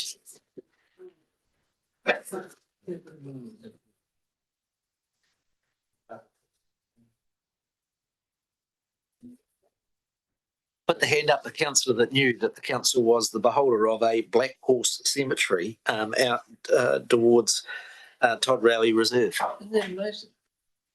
Oh, well, there we are. Melbourne book in. My grandfather's name is Black Horse. Okay. Uh-oh, that's a bit of comedy from councillor. Yeah. It is. The main thing that I think came through with these documents is just how much of Nelson we have in reserve land, over 250 reserves. I think our council staff have done a really good job of developing these policies, but I still remain a little bit of a nervous Nelly when we're doing such a big piece of work that inevitably there will be errors and refinement that will be required, thus the public consultations phase being really important. On that note, could I just ask, we approve this document out today, we go into public consultation. If I was a member of the public and I read this document and looked at these maps, I would be somewhat overwhelmed. Is there any intention to hold, the sort of explanation that you helped our councillors in getting familiar with this with a public forum or something of that sort? What's your thinking on the process from here? I'm a little bit worried it's not as bad as Plan Change 29, but the information is rather overwhelming for members of the public. We don't have anything specifically planned, but if it was requested or if you felt that it was useful for us to do that, we could do something. Yeah, let's just see how the public reacts. But if I was the public, I would feel, hundreds of pages, hundreds of different reserves. How is this going to affect my neighbourhood? And I think in the complexity of it does put an extra responsibility on us as elected members to particularly get familiar with the areas in your own liaison areas and get a feel for what the rules and that will mean for it and whether they are practical. Councillor Anderson. I'm just, and kind of similar, and I was just wondering whose responsibility this might be, elected members, but again, I'm thinking about there would be community members that have a bugbear and they keep coming in, and one of my explanations to them was, well, next time it comes up, submit. And I'm just wondering whether the same people do this over and over again. They're going to come in 9 months' time and says, "Oh, you missed it's a shame there was a submission process you could have gone through and had your same. Maybe we would have listened, or maybe you're right." I'm just wondering, is there any way of linking in community that have repeatedly had issues that quite possibly could be addressed or just heard, at least writing a submission? And I started by saying, well, I guess that's the responsibility of elected members, but I'm a little worried that I'm going to tell someone that you should have submitted 3 months ago. But yeah, I'm just wondering how. I doubt there's a database, but whether we can capture people, or in the future, if someone has an issue, whether they can say, well, actually, you can be heard or consult on this 2028 June or whatever. Yeah, I'm afraid that people complain and we don't link them into the process on making things work. Any comment at all, Susan or Carl? Sorry, missed that, Mr. Mayor. Response? I can respond. Yeah, so I guess in terms of that, the way we manage some of those processes is when we get questions from the public that we can't answer at that particular point of time, or we don't have funds to follow through on the proposal that they've come to us with, we write that stuff down in what we call an asset improvement register. And when we do processes like this, when we come to write the activity management plans, we go back to that asset improvement register, we review it, see where those common themes are, and try and pick out the things that the community is really interested in to make sure they are covered in documents like this or funded for in the LTP. It's maybe not a perfect solution, and we don't necessarily have a mailing list that we would go back to those people with, but this is going to key stakeholders. It obviously is going out on all those usual channels. So And again, happy to have, whether it's a drop-in session or something else, for people to come back to us. Carol, who can't be here today, her name is, or her email address is on the sort of consultation document that's going out. So people are welcome to get sort of in touch directly with her as well. So we're trying to make that sort of option as open as possible to the public to come and talk to us, but yeah, no perfect system. Okay. There's no further questions? You got a further question, Councillor Austin? Yeah, thanks. Through the chair. It's just really around reserves contributions, and this may be, you can tell me if it's for another time, but so the reserves contribution funds that we get from developers, I think it's around 5.5% or something like that. Anyway, so of the evaluation, so how often does council retain a reserve from a developer, say like the Maitahi, compared to actually getting funding from the developer?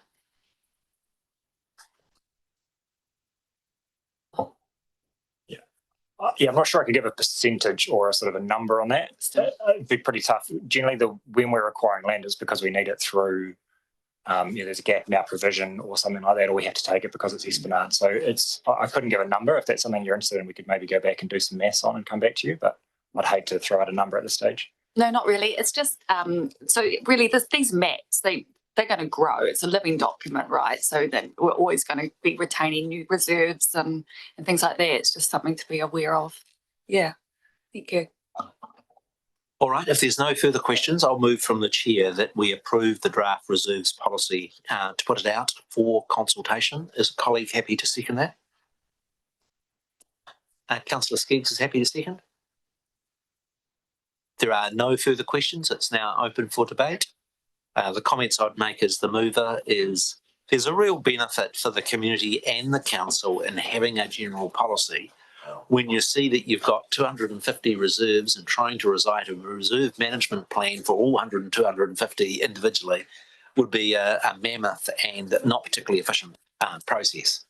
But I really would encourage the public to have a look at this reserves policy, check it out with respect to their local reserve and provide their feedback, because it's important for our community and our council that we get these policies correct in a way that enables people to be able to enjoy the wonderful reserves that we have across the city, but also that the rules are sufficiently practical that enable us to be able to, whether it's the sports club that wants to have a facility, whether it's the community event where someone wants to have a kite festival or something else on the reserve, all those circumstances where quite reasonably we have businesses operating on reserves or private property installing structures for the practical use of their property.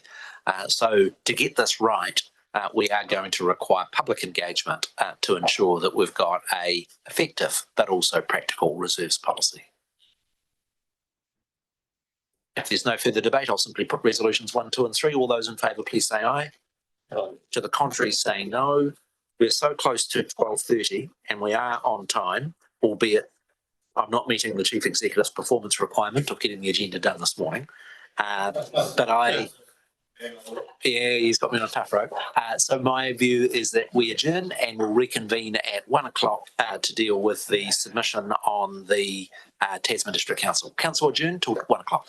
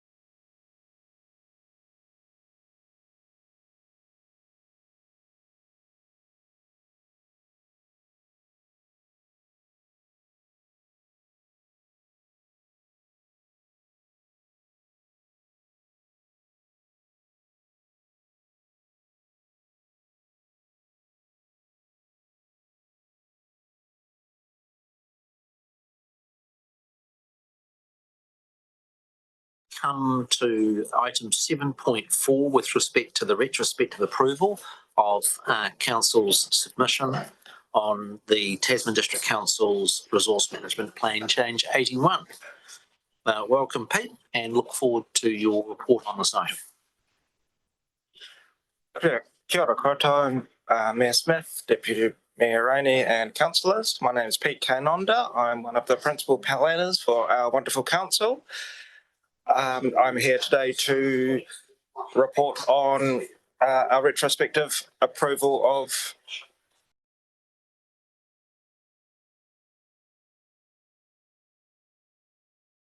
our Plan Change 29. Can I please take my report as read, and through the chair, happy to answer any questions. Questions from any colleagues? It's principally a decision for Tasman District, but it's worthwhile for us to be stating our interests given the interconnectedness of the Nelson City and Tasman urban areas. Councillor Hodgson is happy to move. A seconder, Councillor Courtney. If there is no questions and no discussion, I shall put that. All those in favour, please say aye. Aye. Contrary, no. That is carried. Very efficient, Pete. We come to, that's how our chief executive would like that to do them all. I'm not sure our next customer will be quite so straightforward. We come to item 7.5, which is in respect of consideration of rates deferral and bridge to better.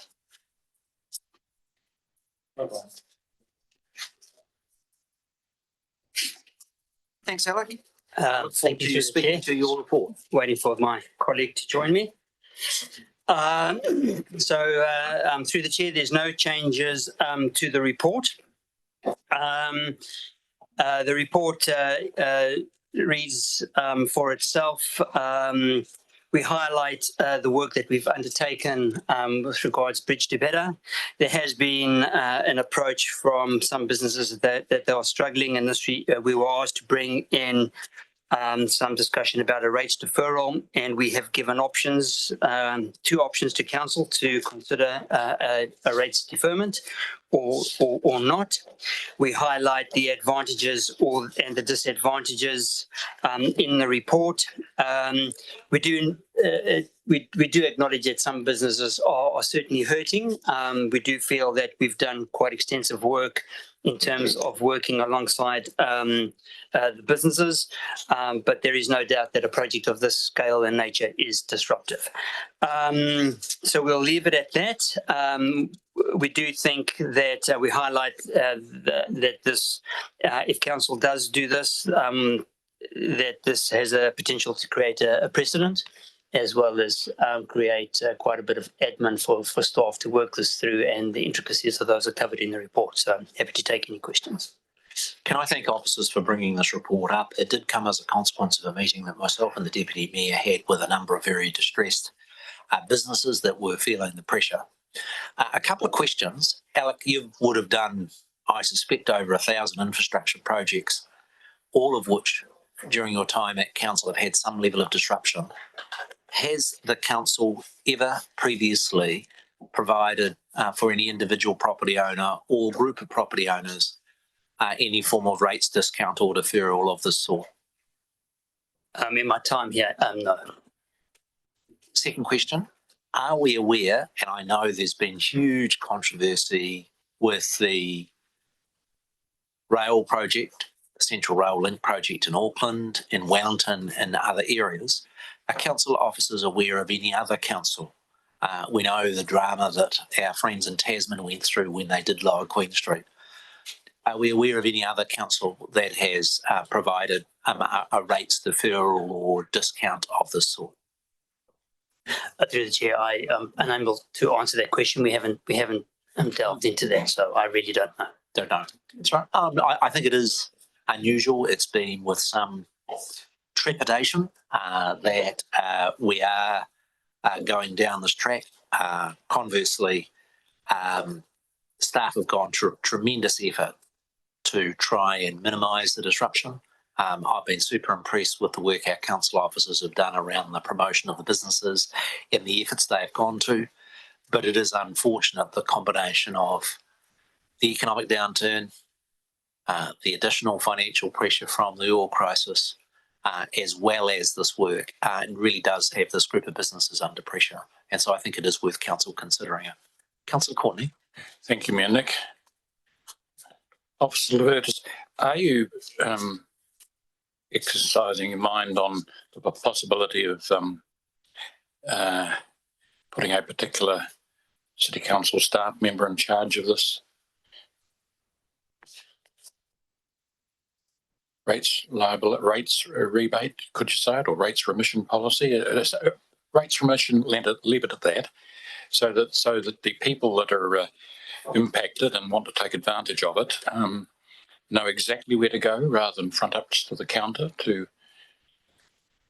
Oh, yeah. So through the chair, if council decides to progress with this, we will work out what we need to do internally in terms of comms, in terms of who people emails, the means of communication. That's an operational issue that we'll sort out. I just thought it would be something that might need a degree of privacy. Deputy Mayor.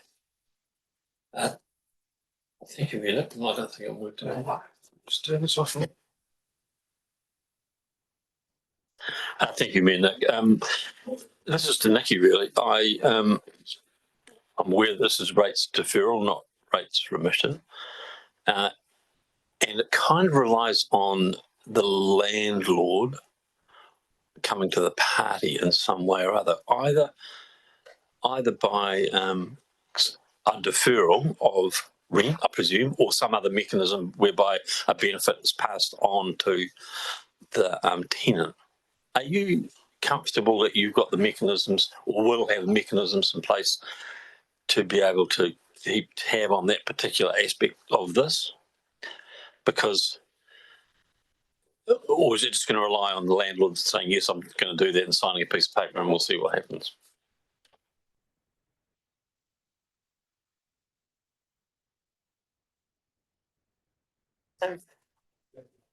Green one. Through the chair, there'll be a declaration that the landlord would have to sign. I think there's a reasonable level of, a bit of trust there, but I think from a probity perspective, we would go back and do a bit of sampling with some of the tenants that they are actually getting that an equivalent. Sure, and so subsequent question. So the onus would be on the landlord to make a decision whether they were going to actually defer payment of rent for a period of time, or even give a rent holiday. That's up to them. That's not our business. But just to let the public know that Nelson City Council this is not a rates remission scheme. On our part, it's a rates deferral scheme to which landlords could sign up in whichever way they wanted. Councillor Skeggs. Through Chair, I just want to understand a little bit better paragraph 27, which is the landlord support part of it. So the way I read it, if we gave a remission, the landlord would need to also give the equivalent value in a reduction in their lease for this to happen. Is that how I read it? Or is this meant to say that if we give it, that must be passed through to the tenant? Because at the moment, the way I read it, it's almost like if we gave 2,000 away, the landlord also has to do the equivalent of another 2,000. But I don't think, is that correct? Yeah, that's correct. The intention is that this is a joint contribution to the tenants, partially from council, and that portion is expected to be passed on to the tenant. But also we expect there's some support from the landlord as well. Okay, thank you. So just as a follow on from that then, does that mean that the landlord, for them to apply for this, the landlord could defer rent, or do they need to give a rent discount? I guess that's just the clearing. So they're deferring as well for the next 3 years. Are they able to do that to sign into this? Yeah, that's one option. I mean, It's just to make sure that there's because I mean ours isn't actually a forgiveness, it is just a deferral. So if they came up with a deferral as well, that would be adequate. Can I just get some clarification on that? Certainly, Councillor Paki.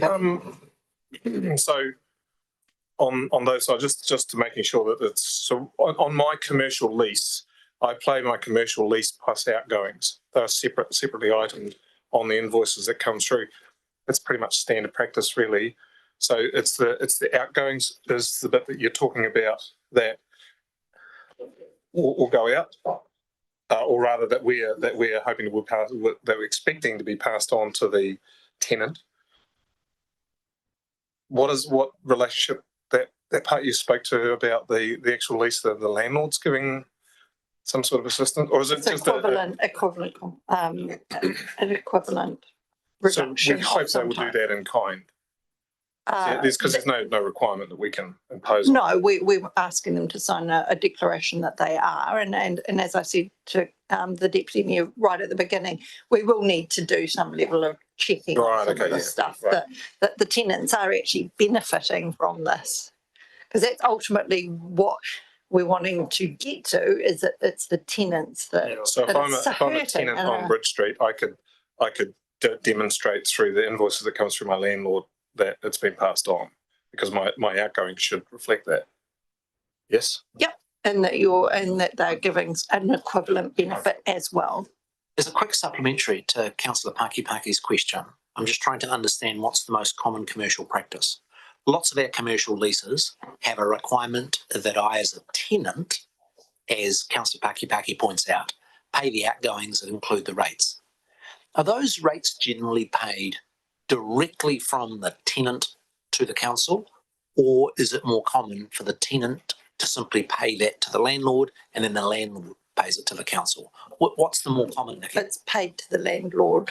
Yep. And I mean, another complicating factor of all of this is within the tenancies of that building, not all tenants will be impacted equivalently. Right. So, and so you've kind of also got to know how the landlord apportions the rates bill among. Nice and easy where you've got a single tenant. Yeah, if it's lots just of one buildings tenant, will have multiple tenants, and that is where you've made provision for that in paragraph 26 on the apportionment. Councillor Austin. Yeah, thank you through the chair. Thanks for your report. So I did speak to a couple of landlords about this, and the feedback I got back was that anything's going to help, because the businesses that are tenanted are suffering. And so the tenant, as I understand from your report, has to prove the loss first. So, and then most contractual arrangements on leases, rates are paid on top of their rent. So, I mean, that's just going to be for the landlord to be able to get the money back in case the tenant leaves. They'll have to make a policy around the deferred rates as well, because there's also a risk to the landlord. So most tenants will pay their rates on top. I've said that, and so I got really good feedback, because I said, well, you know, your tenants are going to have to prove that they've had a loss, and they said that will not be hard to do. Most of their tenants are really suffering right now. More of a way of comment than a question. I'll take, that's fine. Sorry. We're pretty relaxed. I'm going to take James and then the Deputy Mayor. Then Councillor Paki. So I completely missed what Councillor Skaggs drew to our attention.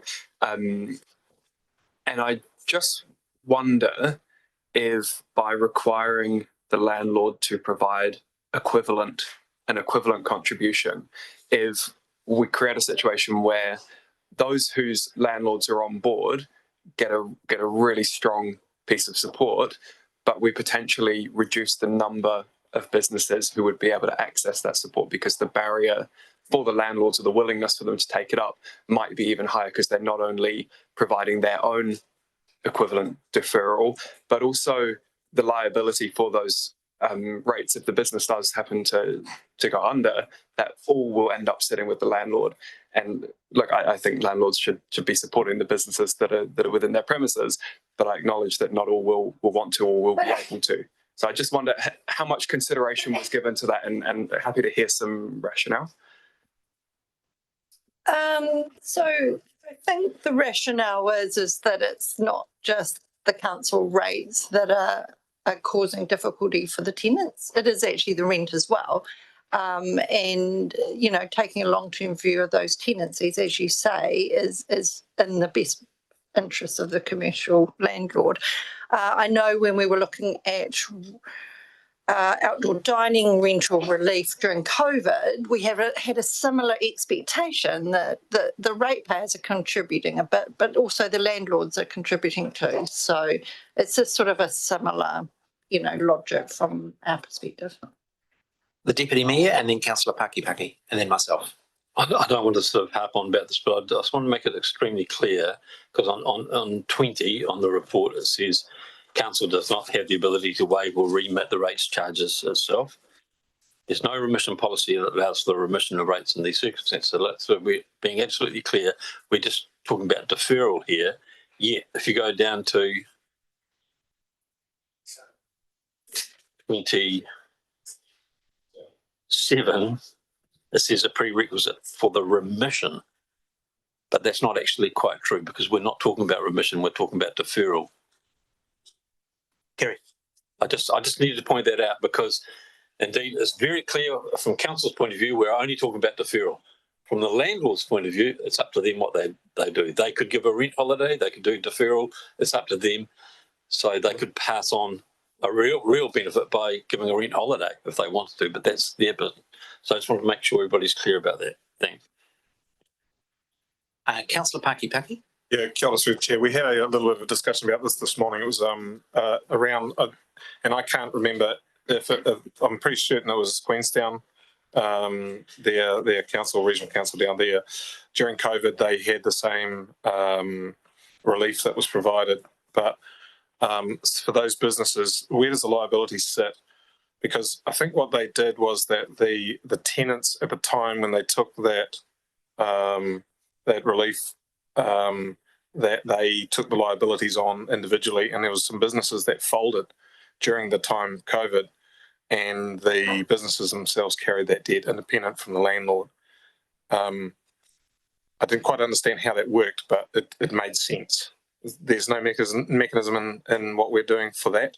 I'm just thinking about for those businesses that do request it, how is it that I guess that they carry the burden of that? Is it only through the landlord has then got to recover those costs? So through the chair, ultimately the liability for rates sit with the landowner. And I think someone alluded to before that any arrangement between the landlord and the tenant in terms of that future liability would be up to them to work through.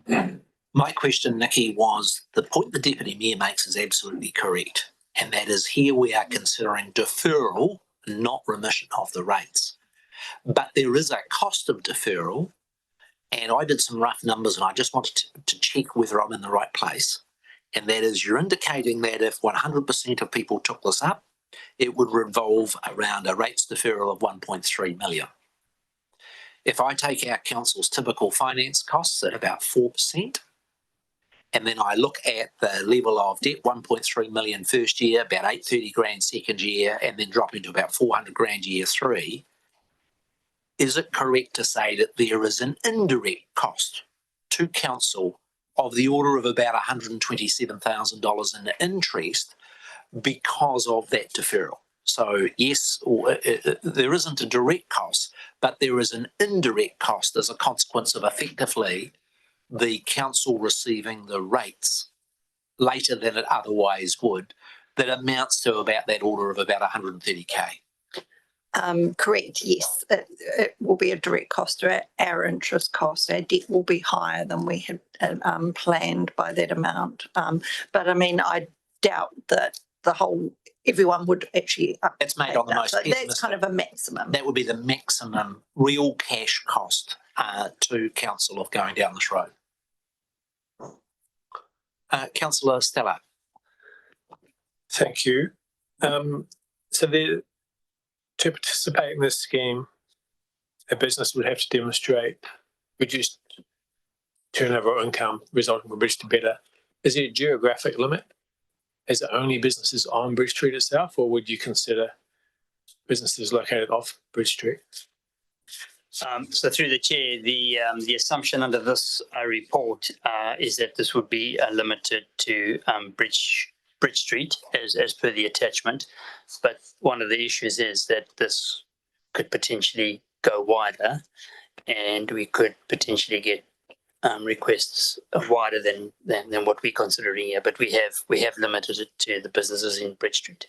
Okay, so that's the criteria. It's limited to businesses on Bridge Street itself.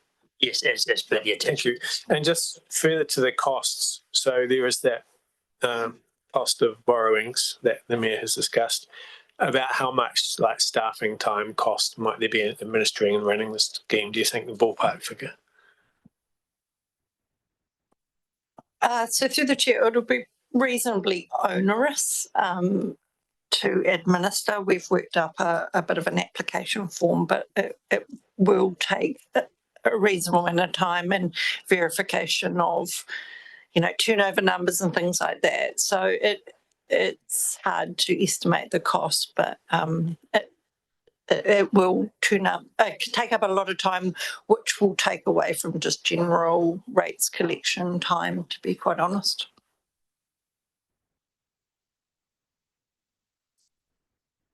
Councillor Sallard's question. Do we have any information from our rate staff as to whether businesses in the central city are struggling to pay their rates instalments on time? I know we get at Finance, Audit and Risk regular reports on our level of rates, people that are behind the pace. And they have been increasing during the last 2 or 3 years when there's been tough economic times. Do we have any anecdotal evidence of ratepayers in the Bridge Street area impacted by the project struggling to meet their rates bills? I'll hand you over to the expert. Thank you. So we actually do monitor the commercial ratepayers, and over the years they have been paying like usual. We don't monitor directly just these Bridge Street ones at the moment, but the collection levels are similar to previous years. Okay, that's good to hear. All right, is there any further questions from colleagues? I'm happy to move that we do approve the deferment. Is the Deputy Mayor happy to second that? The comments that I would firstly make is I am an unapologetic total advocate for the Bridge to Better project. A city that is not investing in its infrastructure and keeping it up to date is a city that's going backwards. I openly acknowledge that it is incredibly disruptive to have all that work, but I also think there's a real wisdom. If you're going to rip up a street with so many businesses, do it once, do it properly, do it all. I also have to say that I have seen the extent to which our council staff collectively have worked incredibly hard with our contractors to try and minimise that level of disruption. And ratepayers are literally spending over $1 million on all of those things to try and provide the pedestrian access, to try and enable maximised trading around the Christmas periods, to try and minimise that disruption. I equally want to compliment the comms team of our council that through Facebook and advertising have been trying to do as much as you can in encouraging people to continue to use those services and to purchase goods in the areas that are affected. But even with all of those things, no one can question that those businesses are going to be impacted. I have been worried about the precedent that is set by providing for this rates deferral because every one of us, no matter where you live in Nelson, at times has to put up with disruption. I've had roadworks done in front of my previous office and now my home where I haven't been able to get in my driveway for several days while engineering work has been done. Wearing a different hat at Network Tasman It is hugely disruptive when engineering works has to be done and the power's out and your business can't operate.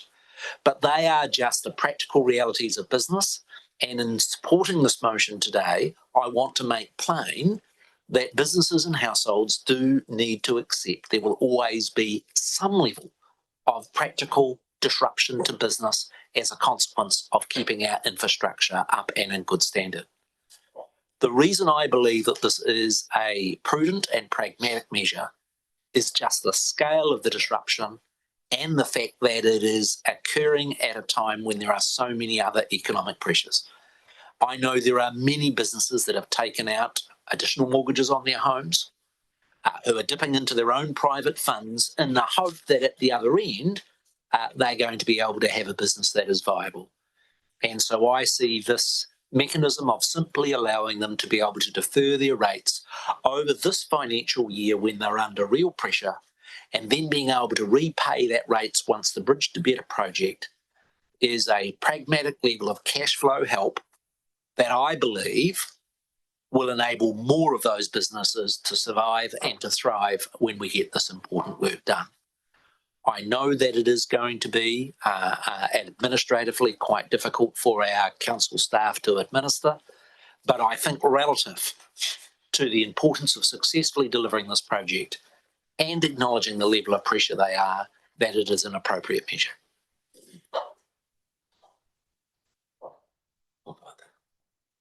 Anybody else wish to speak?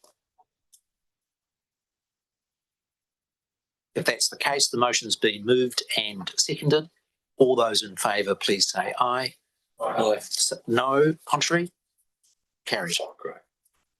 We now move to item 7.6 and welcome Emily and Alec with respect to the Urban Environments Bylaw.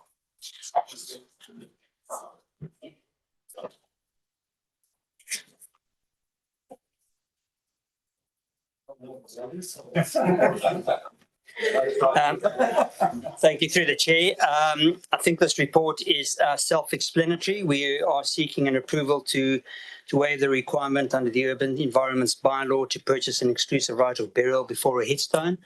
We'll take the report as read and happy to answer any questions. Thank you. Any questions on this paper? Councillor Skiggs is happy to move. Councillor Courtney is happy to second. Is there any questions or discussion? We're setting the record for efficiency. It did seem very straightforward and a sensible amendment. Haven't quite got there. Sorry? Haven't quite got there. Haven't quite got there? No. Did either mover or second wish to speak to it? That not being the case, I shall move resolutions under item 7.6. All those in favour, please say aye. Aye. Contrary, no. That is carried. Come to item 7.7 with respect to the easement in Reman Street.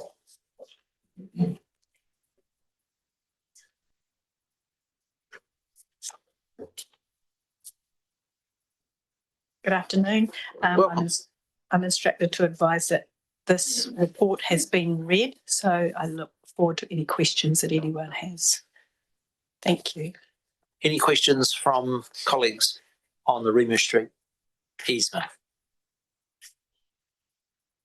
The one thing I did wonder when I read this is to whether there was some way of which we could avoid these relatively small easements coming to council and having some discretion for staff. But that's a separate issue on another day. I'm happy to move from the chair the resolutions approving the easement. Seconded by Councillor Pakipaki. There are no further questions or comment. I shall put that. All those in favour, please say aye. Aye. To the contrary, say no. That is carried. We come to item 7.8. Welcome Jules and Nikki with respect to the Toswell Recreation Reserve. No, no, just did that. No, just did that. Tēnā koutou katoa. So this is the final stage in the process, the Reserves Act process to finalise the leases for Bowls, Te Huna Nui and Te Huna Nui Tennis Club. So I'll take the report as read, but happy to answer any questions. The one question I had was with respect to determining the level of rental for these community groups. is that where can you just give me not because I'm concerned about it all in this one, but I'm just wanting to understand our approach around leasing for sports clubs like bowls clubs and tennis clubs on reserves. Do you take a market value and then do a percentage of it, or what's the approach for determining the 1,339 annual lease? Through the chair, so we look at, we take sort of a percentage of market value on the building footprint, and then we charge them sort of 5% on the playing fields to make it affordable. I didn't quite hear that, Jules. You charge 5%. So take the Te Hunanui Tennis Club. Yep. They've got a little building. They do have a little building, so they pay a slightly higher amount for the building footprint than they do the actual playing fields. Or the tennis courts. And do we charge them any different for where a club enables members of the public to go play tennis on their courts, whereas we're those that want to use the area exclusively? We just basically, if it's exclusive, they would be charged more. Right. But when members of the public can play, then we just charge them at 5%. Let's go. As the liaison councillor for Te Hunanui, are you, Councillor Rollo, happy to move the leases for our bowls and tennis club in Te Hunanui? He doesn't play bowls or tennis. I'm actually very good at both of these. Do you play bowls or tennis?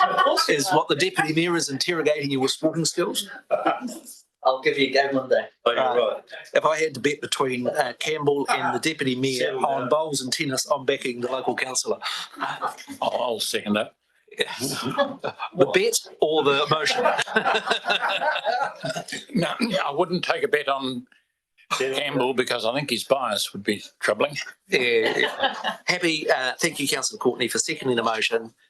Is there any discussion on those two leases of Te Hunanui sports clubs on the Toswell Reserve?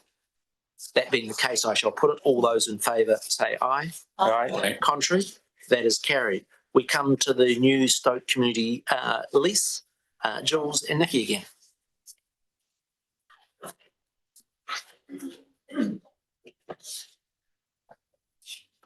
I'm going to let Katrina, who is our Community Partnerships Officer, introduce this report.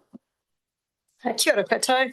We'll take the report as read, but to summarise, the report seeks Council's approval to approve a community lease of the Stoke Community Hall to Community Action Nelson Trust, also known as CAN, following the closure of Whanaki Youth earlier this year.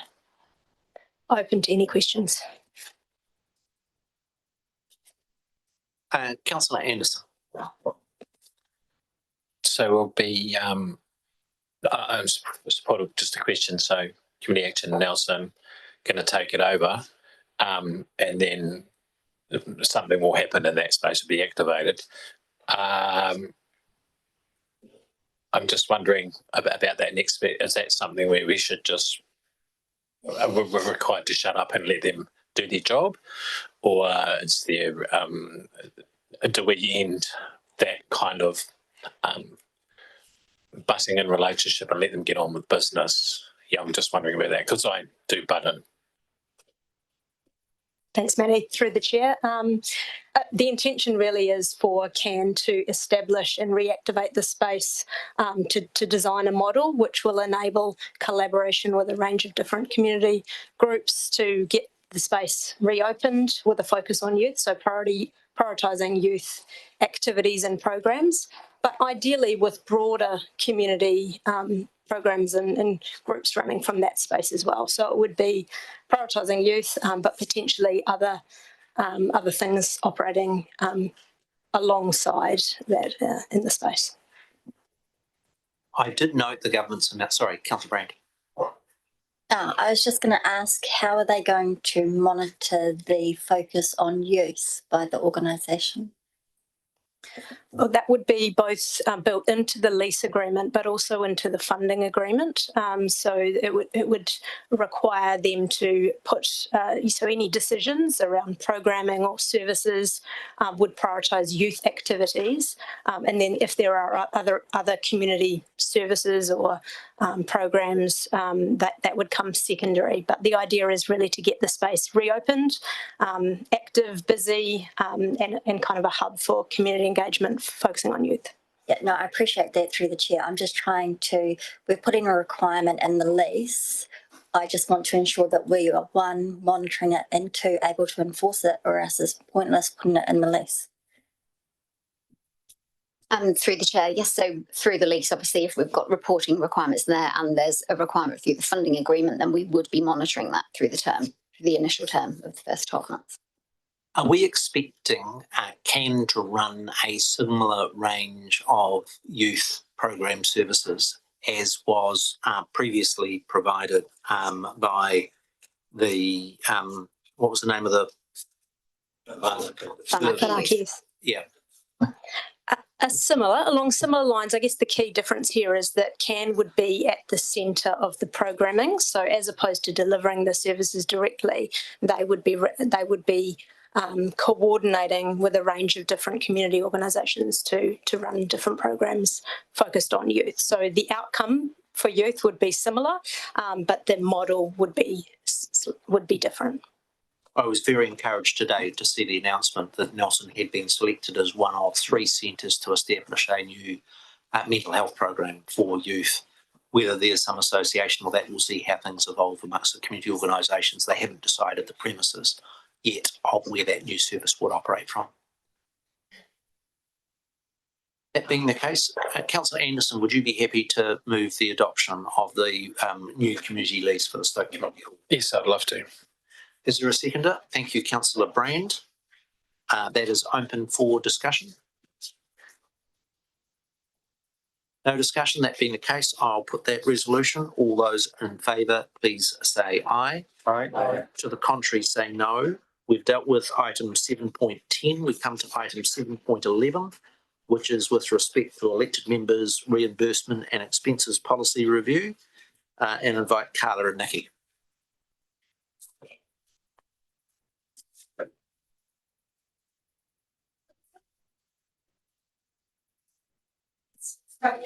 Landed here.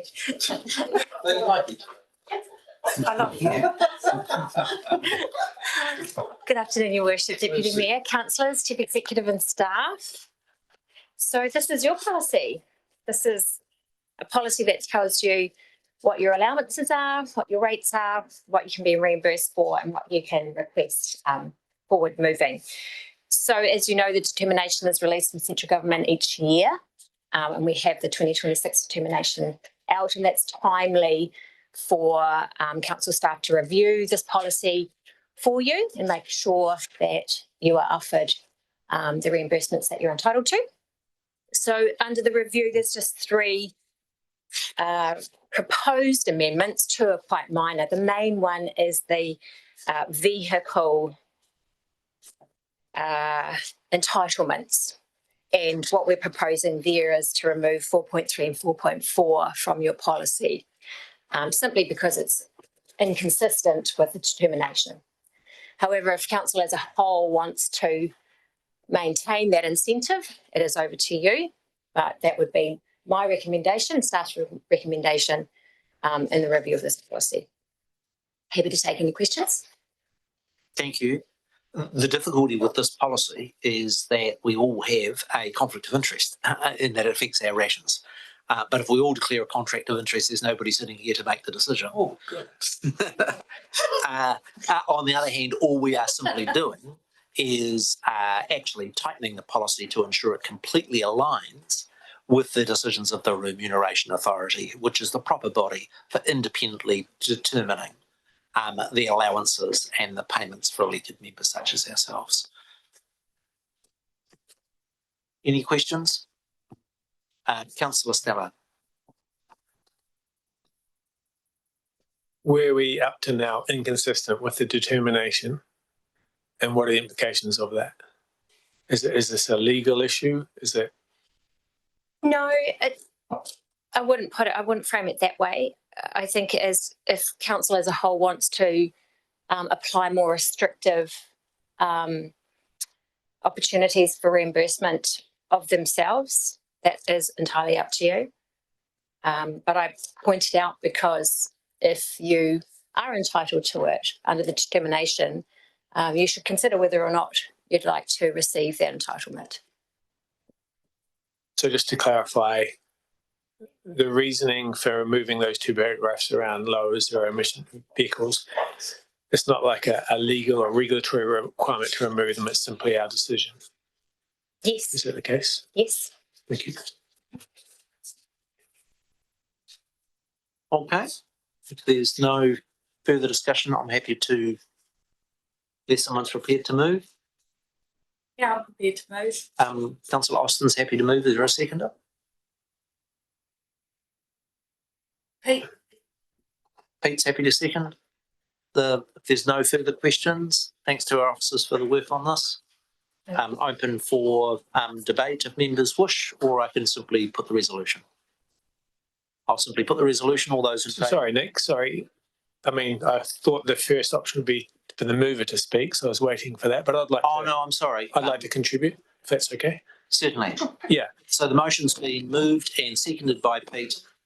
We'll just whip through a number of papers quickly, and that was the reason for the confusion. I will check again with the mover. You are entitled to speak first if you wish. You also have a right of reply, and then I'll go to Councillor Stella. Yes, no, I'd like to move on this because I think that councillor members should be entitled to their full reimbursements for their vehicle usage, especially with the cost of fuel that is at the moment, and we can do a proper and due diligent job for our community and be able to afford to be able to go and drive and do our job and go to different meetings, which are in TDC, out the Glen. I was out the Glen this week. I'm all over the place in my car, and it's a huge expense for me, and I can't afford a new e-car like some members.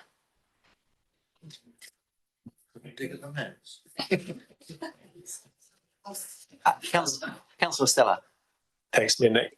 I mean, I do applaud the previous council for having these clauses in there.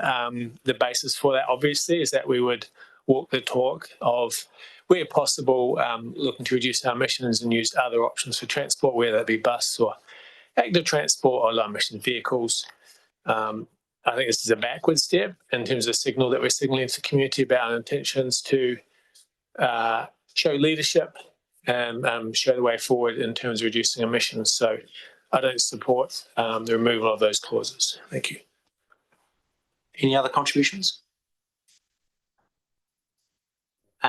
Councillor Kirby. I'm in a V6. I work really hard and I'm a single mum.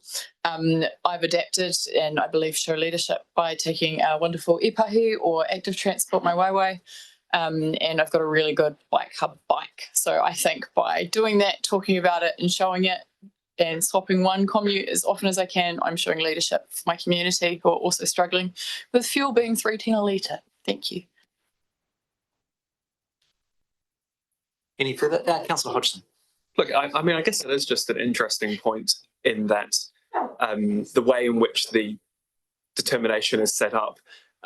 So for me, it incentivizes me to drive my vehicle to work rather than to walk or cycle. And that's just an interesting anomaly. Maybe in the future, the remuneration authority should consider something around if I want to catch the bus to work, ride a bicycle. There are still costs associated with that. Granted, they're a lot lower, but I think we should be incentivizing good travel choices where they're available, and I acknowledge they're not available to everyone. Councillor Anderson and then Councillor Brand.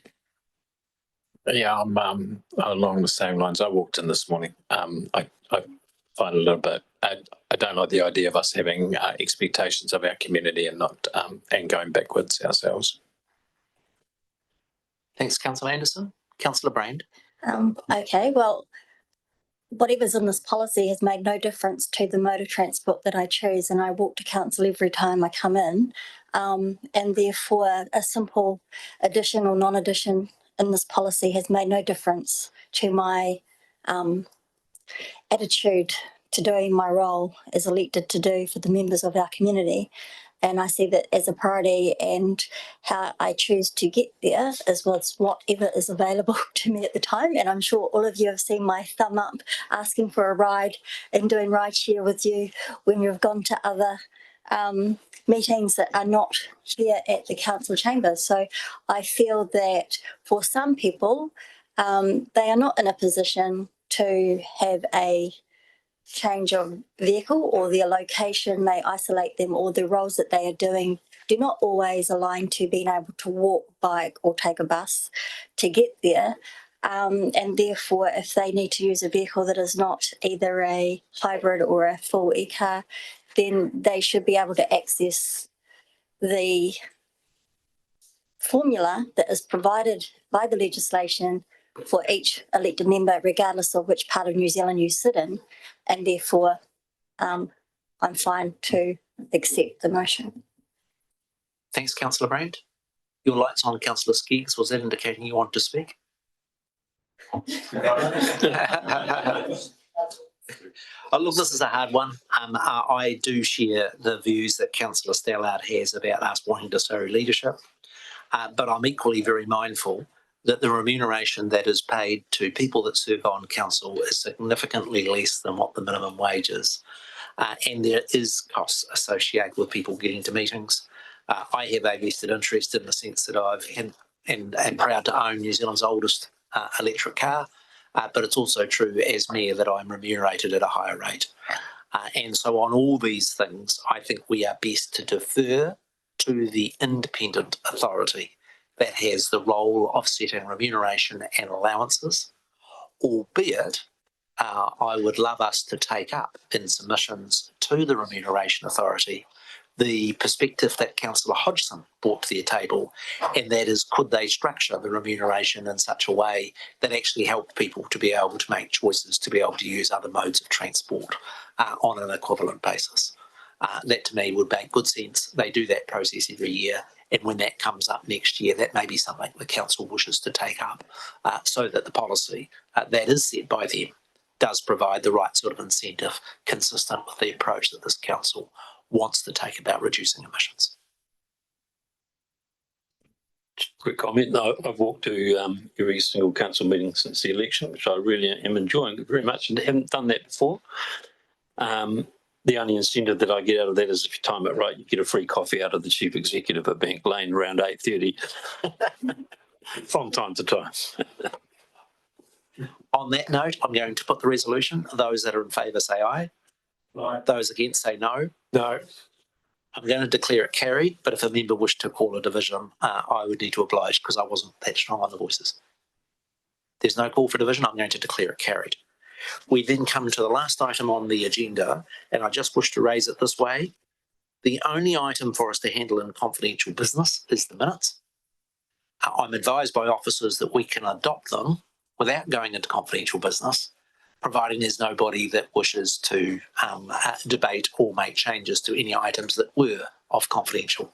So I'm going to test the meeting and move the adoption of the confidential minutes from the meeting of 2nd of July. Is Councillor Courtney happy to second?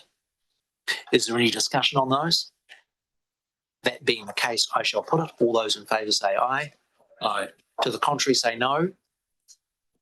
That is carried. I'm going to ask Councillor Pakipaki to conclude our meeting, and I think the Chief Executive at least owes me a coffee for being able to finish before 2 o'clock. 6:30 tomorrow morning. Yeah. Oh, you're so helpful. Yeah. Over to Councillor Pakipaki. Kia ora mai tātou. Quick meeting, eh? Time for a quick karakia. Yeah. Hā ki waho, hā ki roto, hā ki runga, hā ki raro, hau, hau marere. Thank you all. Meeting closed.